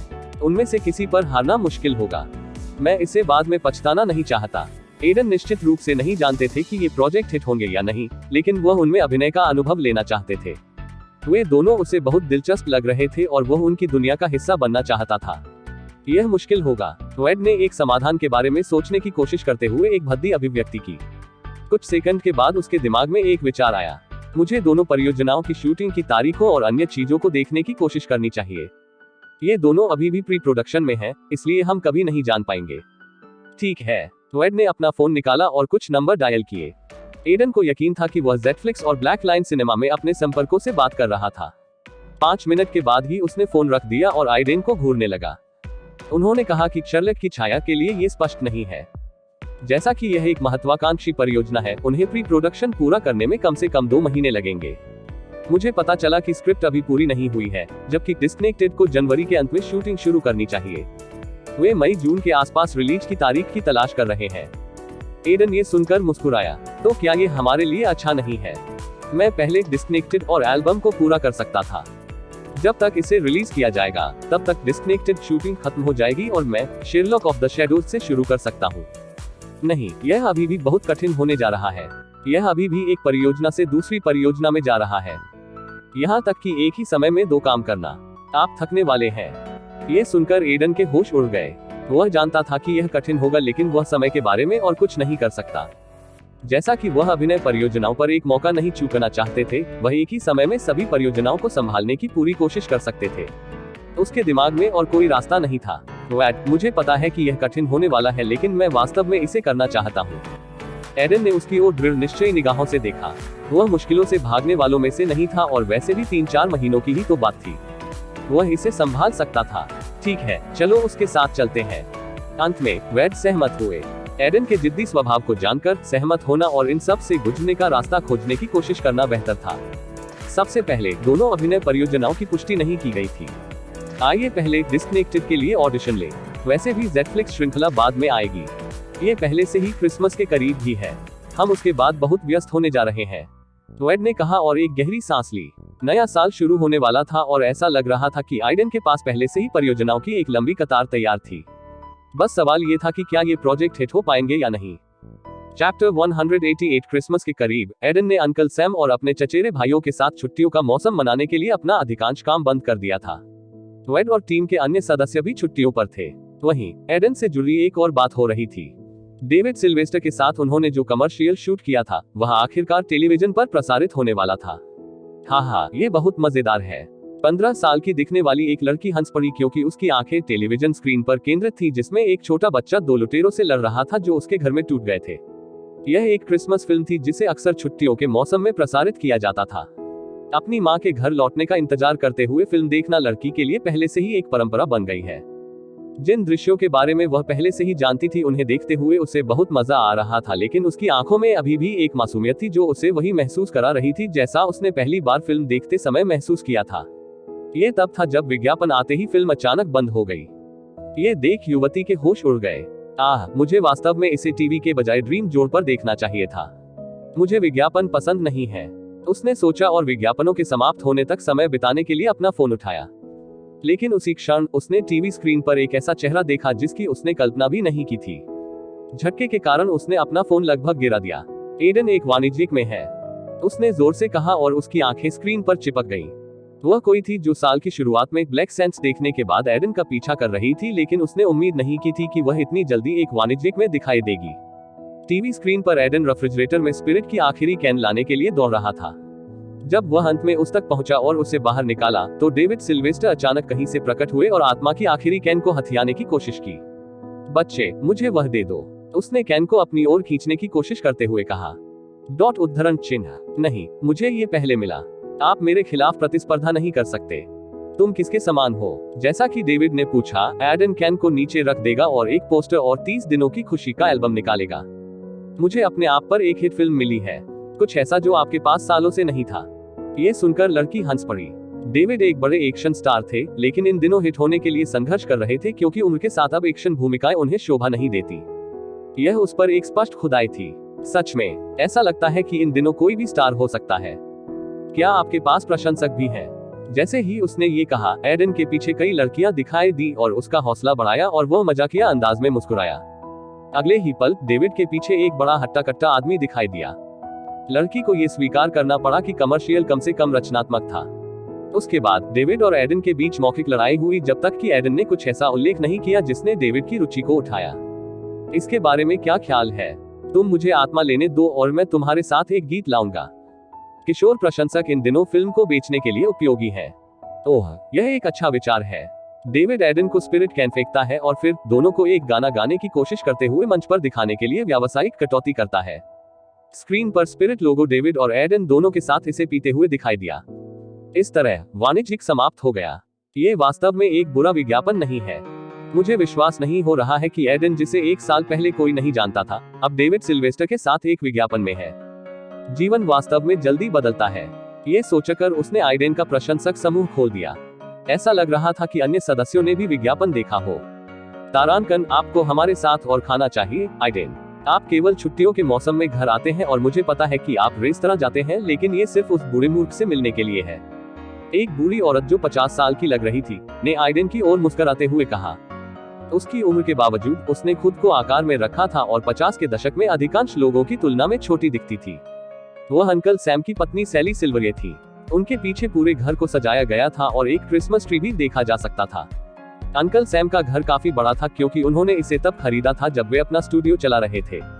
मुझे अच्छा लगेगा, लेकिन मुझे बहुत समय नहीं मिलता है। मुझे पता है कि तुम कितनी मेहनत करते हो। जब वे बातें कर ही रहे थे कि अंकल सैम अपने कमरे से बाहर आए और उन्होंने आइडेन को वहां पाया। मुस्कुराते हुए वह उसकी ओर बढ़ा। आप अंत में यहाँ हैं। मुझे लगा कि तुम आज रात का खाना मिस करोगे क्योंकि तुम किसी गाने पर काम करने में व्यस्त हो गई हो। लिसा अपने पति और ससुराल वालों के साथ इसे मनाने के लिए पहले ही निकल चुकी है। ये सुनकर आंटी सैली ने उसकी ओर देखा। उससे इस तरह बात मत करो, बूढ़ा मूर्ख। अरे, मुझे फोन करना बंद करो। आप जानते हैं कि मैं आपकी योग कक्षाओं के लिए भुगतान कर रहा हूँ, है ना? जब आपकी फिल्में विफल हो रही थी तो मैं उनमें से एक था जिसने उन्हें वित्तपोषित किया, याद रखें। मुझे पूरा यकीन है कि मैं तुम्हारे बिना ठीक से रह सकता हूँ। रिकॉर्ड के लिए, आंटी सैली एक बहुत प्रसिद्ध चित्रकार थी जिनकी पेंटिंग प्रदर्शनियों में दिखाई जाएगी। एडन को पूरा यकीन था कि वह उससे ज्यादा अमीर थी। वह वहीं खड़ा रहा जब उसके चाचा और चाची दोनों बहस कर रहे थे। आखिरकार अंकल सैम ने उन्हें दिल से बैठने के लिए खींच लिया और आंटी सैली रात का खाना बनाने के लिए रसोई में चली गई। तो ये तुम्हारे साथ कैसा चल रहा है? अब घर की याद नहीं आती? उसने उसकी ओर देखते हुए पूछा। मैं सहमत हूँ। घर में एक शांति है जो मुझे वास्तव में यहाँ नहीं मिलती है, इसलिए मुझे हमेशा इसकी कमी खलेगी। लेकिन मेरा करियर यहाँ है और मैं हॉलीवुड में कुछ करना चाहता हूँ। मुझे लगता है कि आप पहले ही हॉलीवुड में बहुत कुछ कर चुके हैं। मैंने अभी अभी टीवी पर आपका विज्ञापन देखा। आप किसी ऐसे व्यक्ति के लिए जा रहे हैं जो गोरा नहीं है, अमेरिका या ब्रिटेन से है और पैसे वाले व्यक्ति के रूप में शुरू नहीं हुआ है। यहाँ उनके बिना जीवित रहना मुश्किल है। जैसा कि हॉलीवुड एलए और न्यूयॉर्क में स्थित था, लोगों को बस उन जगहों पर रहने के लिए बहुत अधिक धन की आवश्यकता थी और फिर खुले ऑडिशन बहुत दुर्लभ थे, इसलिए किसी को एक महान एजेंट की आवश्यकता थी या पार्टियों में भाग लेने के लिए पर्याप्त प्रभावशाली होना चाहिए जहां निर्देशक और स्टूडियो के अधिकारी दिखाई देते हैं। तब रंग के आधार पर भेदभाव होता था। किस्मत अच्छी थी। अगर मैं एक्स स्टार में नहीं होता तो मुझे नहीं पता कि क्या होता। मुझे अभी भी लगता है कि आपको एक फिल्म मिल गई होगी और अंत में आप अपना रास्ता बना लेंगे। ये हमारे खून में है। यहाँ तक कि अगर हम नीचे से शुरू करते हैं तो हम जानते हैं कि ऊपर कैसे जाना है। ये कहते ही अंकल सैम हंस पड़े। उन्होंने कुछ समय तक ऐसे ही बात की, बस उन चीजों पर चर्चा की जो उनके जीवन में और सामान्य रूप से चल रही थी। एडन ने अंकल सैम के साथ बात करते हुए थोड़ी शांति महसूस की। क्योंकि वह एक व्यस्त जीवन जी रहा था, उसके लिए शांति के क्षण प्राप्त करना कठिन था जहां वह काम या अपनी अगली परियोजना के बारे में नहीं सोच रहा था। थोड़ी देर बाद उनकी चाची दिखाई दी और उन्हें रात के खाने पर आने के लिए कहा। ये कहना आसान था कि उनका क्रिसमस बहुत अच्छा बीता। एक अभ्यास कक्ष में एक लड़की गहरी सांसें लेते हुए हाँफते हुए पसीना बहा रही थी। कुछ देर बाद वह शांत हो गई और फिर से अभ्यास करने लगी।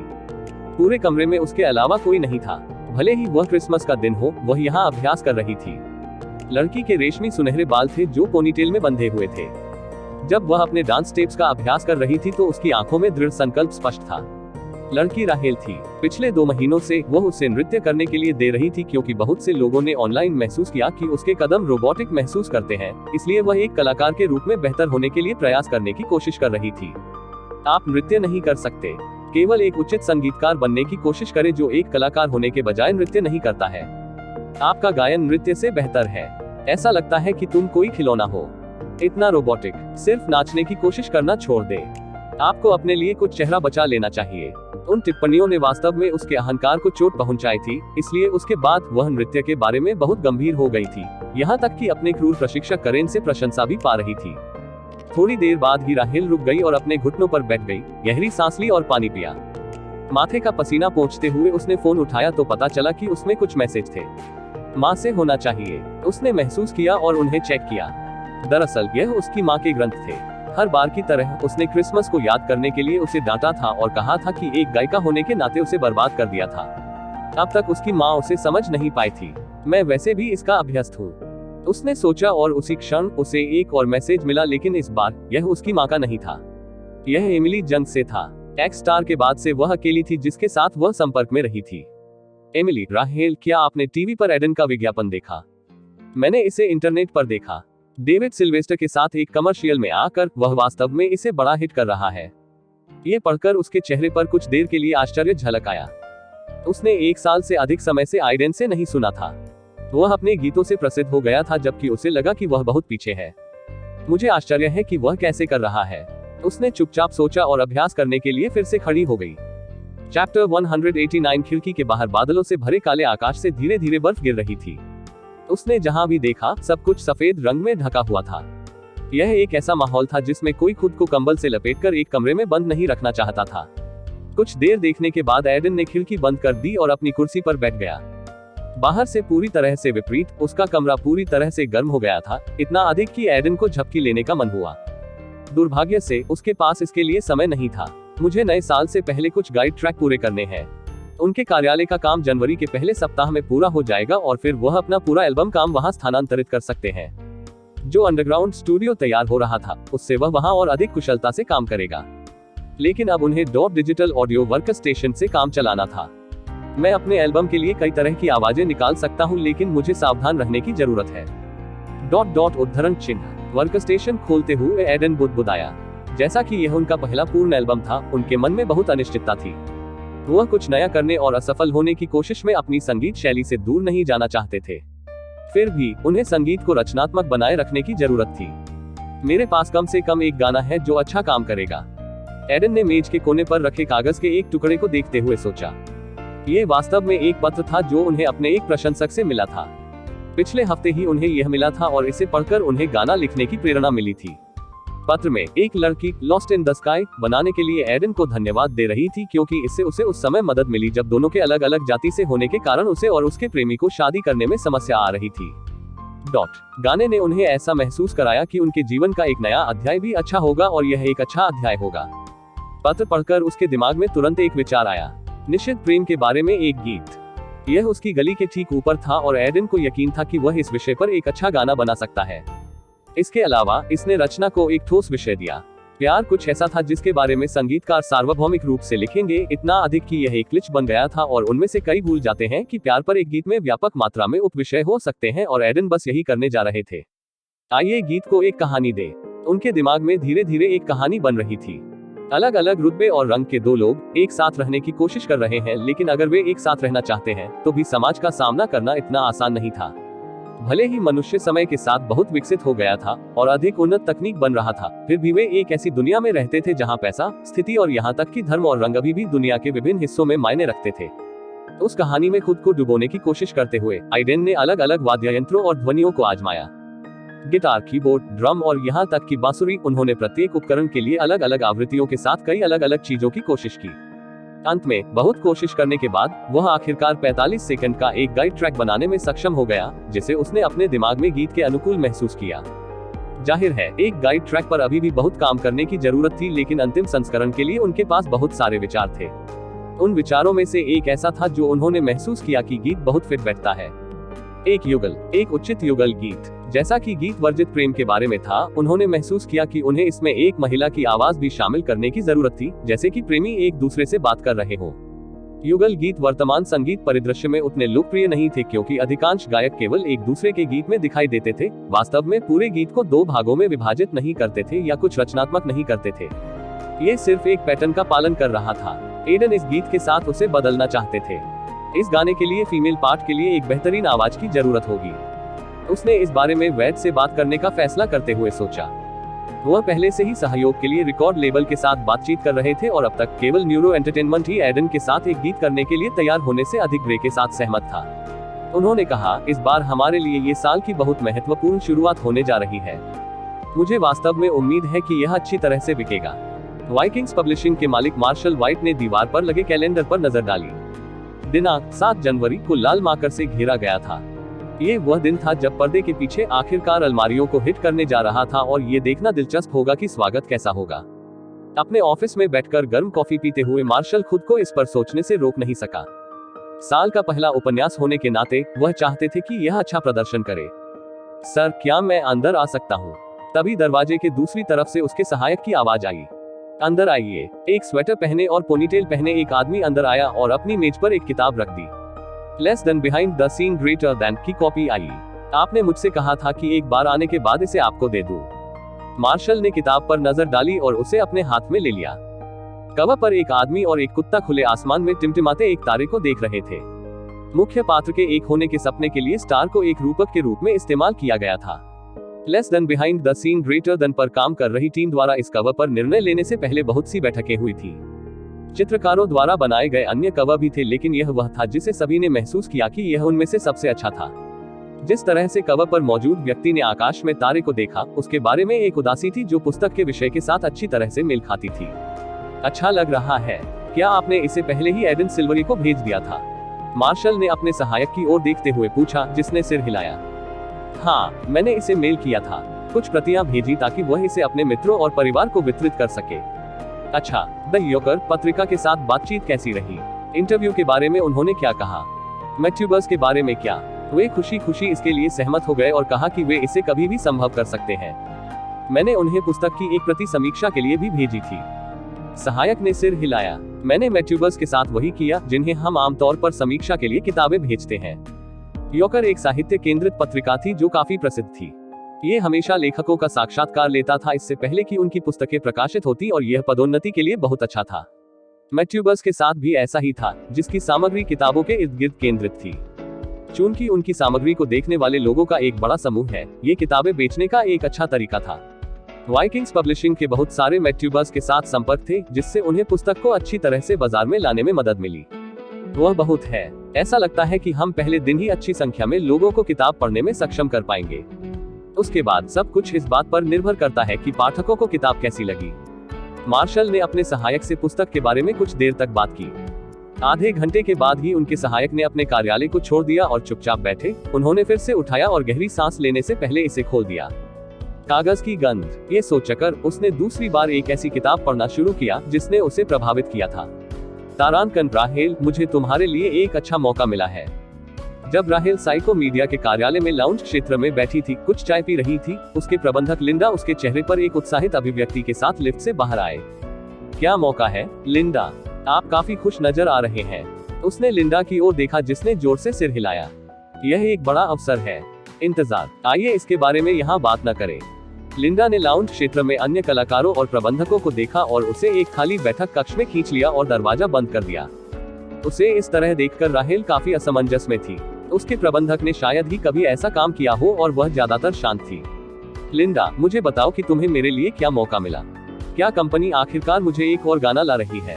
राहेल ने पूछा, उसकी आंखों तक पहुंचने की आशा जो पिछले 2 महीनों में ज्यादातर खोई हुई दिख रही थी। एक प्रकार का, लेकिन ये थोड़ा अलग है। अलग कैसे? राहेल ने अपना सिर झुका लिया। मुस्कुराते हुए अपना सिर हिलाते हुए लिंडा ने लापरवाही से अपनी जेब से अपना फोन और हेडफोन निकाला और राहेल को दे दिया। उस पर ऑडियो फाइल चलाओ और मुझे बताओ कि तुम्हें ये कैसी लगी। तुम्हारे सुनने के बाद मैं तुम्हें इसके बारे में बताऊंगा। उसके पास अभी भी आरक्षण और भ्रम था, लेकिन राहेल ने फिर भी वही किया जो लिंडा ने कहा था। हेडफोन लगाकर उसने ऑडियो फाइल बजाए और पियानो की तरह बजने वाली धुन निकली। गति बढ़ने से पहले ये कुछ समय के लिए सुचारू रूप से बहती थी और यह बहुत जोरदार बजती हुई बांसुरी की ध्वनि के साथ मिल जाती थी। यह एक तरह की भव्य ध्वनि थी जो उसे ब्रॉडवे पर संगीत देखने का एहसास दे रही थी। फिर क्लिप में गुनगुनाहट की आवाज जुड़ गई, जैसे ये पियानो और बांसुरी के बीच संतुलन देने की कोशिश कर रहा हो। ऑडियो क्लिप लंबी नहीं थी और जल्द ही खत्म हो गई। ऐसा करने के बाद राहेल ने लिंडा को देखा जो मुस्कुरा रही थी। आपको ये कैसा लगा? यह अच्छा था। मैं ज्यादा कुछ नहीं बता सकता क्योंकि यह सिर्फ एक गाइड ट्रैक है, लेकिन मुझे ये पसंद आया। इसे किसने बनाया? चैप्टर 190 रेचेल के 1 साल से अधिक समय पहले संगीत चार्ट में एडन से हारने के बाद उसके लिए बहुत कुछ बदल गया। अपने पहले एकल के बाद साइको मीडिया ने तुरंत एक ईपी विस्तारित नाटक जारी करने की योजना बनाई। वह आइडेन से हार गई थी, लेकिन उसके पहले एकल ने अभी भी उसके लिए ईपी प्राप्त करने के लिए पर्याप्त काम किया था। इस वजह से वह अपने एल्बम की योजना बनाने और रिकॉर्ड करने में व्यस्त हो गई थी। साइको मीडिया शीर्ष रिकॉर्ड लेबलों में से एक था और उनके प्रभाव के कारण वे एल्बम पर काम करने के लिए सर्वश्रेष्ठ संगीतकार, गीतकार और साउंड इंजीनियर प्राप्त करने में सक्षम थे। पूरी प्रक्रिया 2 महीने तक चली और यह स्पष्ट रूप से देखा जा सकता था कि वे राहेल और उसके कौशल के बारे में बहुत आशावादी थे। ऐसी अफवाहें भी थी कि उनके प्रमुख गायक रॉबिन स्विफ्ट लेबल छोड़ने जा रहे थे और वे राहेल को उसके स्थान पर खड़ा करना चाहते थे। लेकिन चीजें उस तरह से नहीं चली जैसी उन्होंने योजना बनाई थी। जब ईपी जारी किया गया था तो समीक्षाएं औसत से ऊपर थी। गाने खराब नहीं थे और आकर्षक थे, लेकिन रिसेप्शन काफी गुनगुना था। उन्हें अच्छी मात्रा में व्यूज मिले, लेकिन वे एक बड़ा प्रभाव बनाने में असफल रहे। ईपी ने अंततः निवेश वापस अर्जित करना समाप्त कर दिया, लेकिन यह उस बिंदु को पार नहीं कर पाया जो साइको मीडिया चाहता था। कुछ महीनों के बाद लोग ये भी भूल गए कि उसका ईपी आउट हो गया है। इसकी निराशा के कारण रेचेल को ज्यादातर रिकॉर्ड लेबल में दरकिनार कर दिया गया था और यह नहीं कहा जा सकता था कि वह एक और एकल प्राप्त करने जा रही है या नहीं। उसके लिए प्रकाश की एकमात्र किरण ये थी कि वह अभी भी इधर उधर गिग्स प्राप्त कर रही थी और मॉडलिंग की कोशिश कर रही थी। इसका मतलब था कि रिकॉर्ड लेबल ने उसे छोड़ नहीं दिया था, लेकिन वे भी उसके पास वापस नहीं जा रहे थे। इसमें होना काफी अजीब स्थिति थी। इसलिए जब राहेल ने लिंडा को इतना उत्साहित देखा तो उसने पूछा कि क्या कंपनी आखिरकार उसे एक नया गाना दे रही है। इस पूरे समय में वह सिर्फ एक अच्छी वापसी करने के लिए कड़ी मेहनत कर रही थी और सभी को दिखा रही थी कि उसके पास प्रतिभा है। यह अच्छा था। मैं ज्यादा कुछ नहीं बता सकता क्योंकि यह सिर्फ एक गाइड ट्रैक है, लेकिन मुझे ये पसंद आया। इसे किसने बनाया? जब राहेल ने पूछा कि लिंडा ने तुरंत जवाब दिया, एडन सिल्वरिए। एडन। राहेल ने जब ये नाम सुना तो वह बहुत हैरान हुई। एमिली ने उसे जो संदेश भेजा था वह उसके दिमाग में कौंध गया, लेकिन उसने अपने खाली चेहरे पर कोई भावना नहीं दिखाई। हाँ, उसने वह गाइड ट्रैक बनाया और इसे साइको मीडिया को भेज दिया। लिंडा ने कहा और समझाने लगी। जाहिरा तौर पर वह एक एल्बम बना रहा है और साइको मीडिया भौतिक एल्बमों के वितरण में उसकी मदद करने में रुचि रखता है।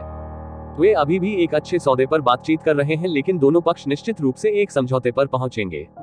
इसलिए एल्बम में वह कुछ गानों पर अन्य कलाकारों के साथ सहयोग करना चाहते हैं और मुझे ये साउंड ट्रैक उसी की वजह से मिला है। वह मेरे साथ सहयोग करना चाहता है। राहेल ने एक भान उठाई। वह और एडन वास्तव में अच्छे पदों पर नहीं थे और 1 वर्ष से अधिक समय से एक दूसरे के साथ बात नहीं की थी। ये दोनों अब अपने करियर के बिल्कुल अलग दौर में थे। तुम नहीं। निर्देशक को बस गाइड ट्रैक मिला और वह गायकों के माध्यम से जा रहा था जो इस पर एडन के साथ काम कर सकते थे। उनके सभी गाने इन दिनों बहुत अच्छा कर रहे हैं, इसलिए एक गीतकार के रूप में वह बहुत हिट है। वैसे भी मैंने इसके बारे में सुना और उसके साथ बात की। एडन गाने के दूसरे भाग के लिए एक महिला आवाज चाहता है और मैंने निर्देशक को बताया कि कैसे तुम दोनों एक दूसरे को लंबे समय से जानते हो और गाना मिल गया। जब लिंडा ने समझाना समाप्त कर दिया तो राहेल ने इसे पूरा करने के लिए कुछ सेकंड का समय लिया। उसने फोन पर नजर डाली जो अभी भी ऑडियो ट्रैक प्रदर्शित कर रहा था और उसे और आइडेन की आखिरी मुलाकात के बारे में सोचा। मैंने उसके साथ अहंकारपूर्ण व्यवहार किया। ये कुछ ऐसा था जिस पर उसे गर्व नहीं था, लेकिन इस वजह से उसे यकीन था कि एडन उसके बारे में उच्च सम्मान में नहीं सोचती थी। लिंडा, मुझे नहीं लगता कि एडन मेरे साथ काम करना चाहेगी। उसने अपने मैनेजर से कुछ छुपाते हुए कहा। क्यों? ठीक है, पिछली बार मैंने उसके साथ घमंडी व्यवहार किया था। मेरा पहला सिंगल बहुत अच्छा कर रहा था, तो ये बस हो गया। मैं कभी उससे सॉरी भी नहीं बोल पाया। वह अब बड़ा हो गया है, इसलिए वह शायद मेरे साथ काम नहीं करेगा। यहाँ तक कि अगर आप इस बारे में उनसे संपर्क करने की कोशिश करते हैं तो वह निश्चित रूप से इसे अस्वीकार कर देंगे। लिंडा ये सुनकर सिहर उठी। ये वास्तव में अच्छी स्थिति नहीं थी, लेकिन उनके पास यही एकमात्र मौका था। प्रबंधन अन्य महिला गायकों को आगे बढ़ा रहा था और राहेल निश्चित रूप से इस तरह के छोटे गिग्स भी बंद कर देगी। अगर वे इस मौके का फायदा नहीं उठा पाए तो उनके लिए हालात बहुत खराब होंगे। वह इसे अस्वीकार कर सकते हैं, लेकिन हमें अभी भी प्रयास करने की आवश्यकता है। राहेल, मत भूलो, यह शायद तुम्हारा आखिरी मौका है। अगर एडन वाला गाना काम करता है तो आपका नाम फिर से सार्वजनिक हो जाएगा और प्रबंधन आपको एक और मौका दे सकता है। ये सच है। राहेल ने इसके बारे में सोचते हुए अपना सिर नीचे कर लिया। वह हर रोज जागना नहीं चाहती थी ताकि वह सिर्फ अभ्यास कर सके और उसका करियर कहीं नहीं जा रहा था। ठीक है, चलो कोशिश करते हैं और सर्वश्रेष्ठ के लिए आशा करते हैं। एडन के लिए जल्द ही नया साल आ गया और इसके साथ ही आखिरकार 2017 आ गया। नए साल पर उसने कुछ नहीं किया और बस खुद को एक दिन की छुट्टी दी ताकि पूरा दिन वीडियो गेम खेलने और कुछ वेब उपन्यासों को पढ़ने में बिताया जा सके। हैरानी की बात है, उन्हें वीआर गेम में राक्षस के रूप में खेलने वाले लड़के के बारे में एक अच्छा उपन्यास मिला। उन्हें ये बहुत पसंद आया और पूरा दिन इसे पढ़ने में बीत गया। इसके बाद उनके लिए लगन से काम शुरू हुआ। आखिरकार उनके कार्यालय का नवीनीकरण समाप्त हो गया और उनकी पूरी टीम इससे बहुत खुश थी। वे अंततः बिना किसी परेशानी के काम कर सकते थे और धीरे धीरे कार्यालय के अभ्यस्त हो गए। वहीं ऑडिशन की तैयारी के लिए एडन को डिस्कनेक्टेड की स्क्रिप्ट भी मिल गई। पूरी स्क्रिप्ट को पढ़कर एडन को लगा कि यह सिनोप्सिस से कहीं बेहतर है। उन्हें इसमें बहुत सारे हिस्से पसंद आए और मुख्य किरदार का लालच और शक्ति में गिरना बहुत अच्छी तरह से प्रदर्शित किया गया, जिससे एडन को लगा कि उन्होंने स्क्रिप्ट के लिए ऑडिशन चुनकर अच्छा काम किया है। यह एक ऐसी स्क्रिप्ट थी जो एक हिट फिल्म साबित होगी। साइको मीडिया वितरण में बेहतर हिस्सेदारी पाने के लिए प्रतीक्षा का खेल खेलने की कोशिश कर रहा है। वे निश्चित रूप से हमारे लिए कहीं और जाने का जोखिम नहीं उठा सकते क्योंकि वे पहले से ही अपने गायकों के साथ सहयोग करने की बात कर रहे हैं, इसलिए बस प्रतीक्षा करें और मुझे बहुत कुछ मिलेगा। जोसेफ और जोडी इसमें बहुत मदद करते हैं, अन्यथा वे लोग बहुत अच्छे हैं। ट्वेड ने एल्बम और साइको मीडिया के बारे में अपनी चर्चा जारी रखते हुए कहा, रिकॉर्ड के लिए यूसुफ कानूनी सलाहकार था जिसे एडन ने नियुक्त किया था। वे ब्लैक लाइन सिनेमा ऑफिस के वेटिंग एरिया में बैठे थे। एडन के सामने कुछ अभिनेता ऐसे भी थे जो ऑडिशन देने भी आए थे, लेकिन वे आपस में बात कर रहे थे या स्क्रिप्ट पढ़ रहे थे।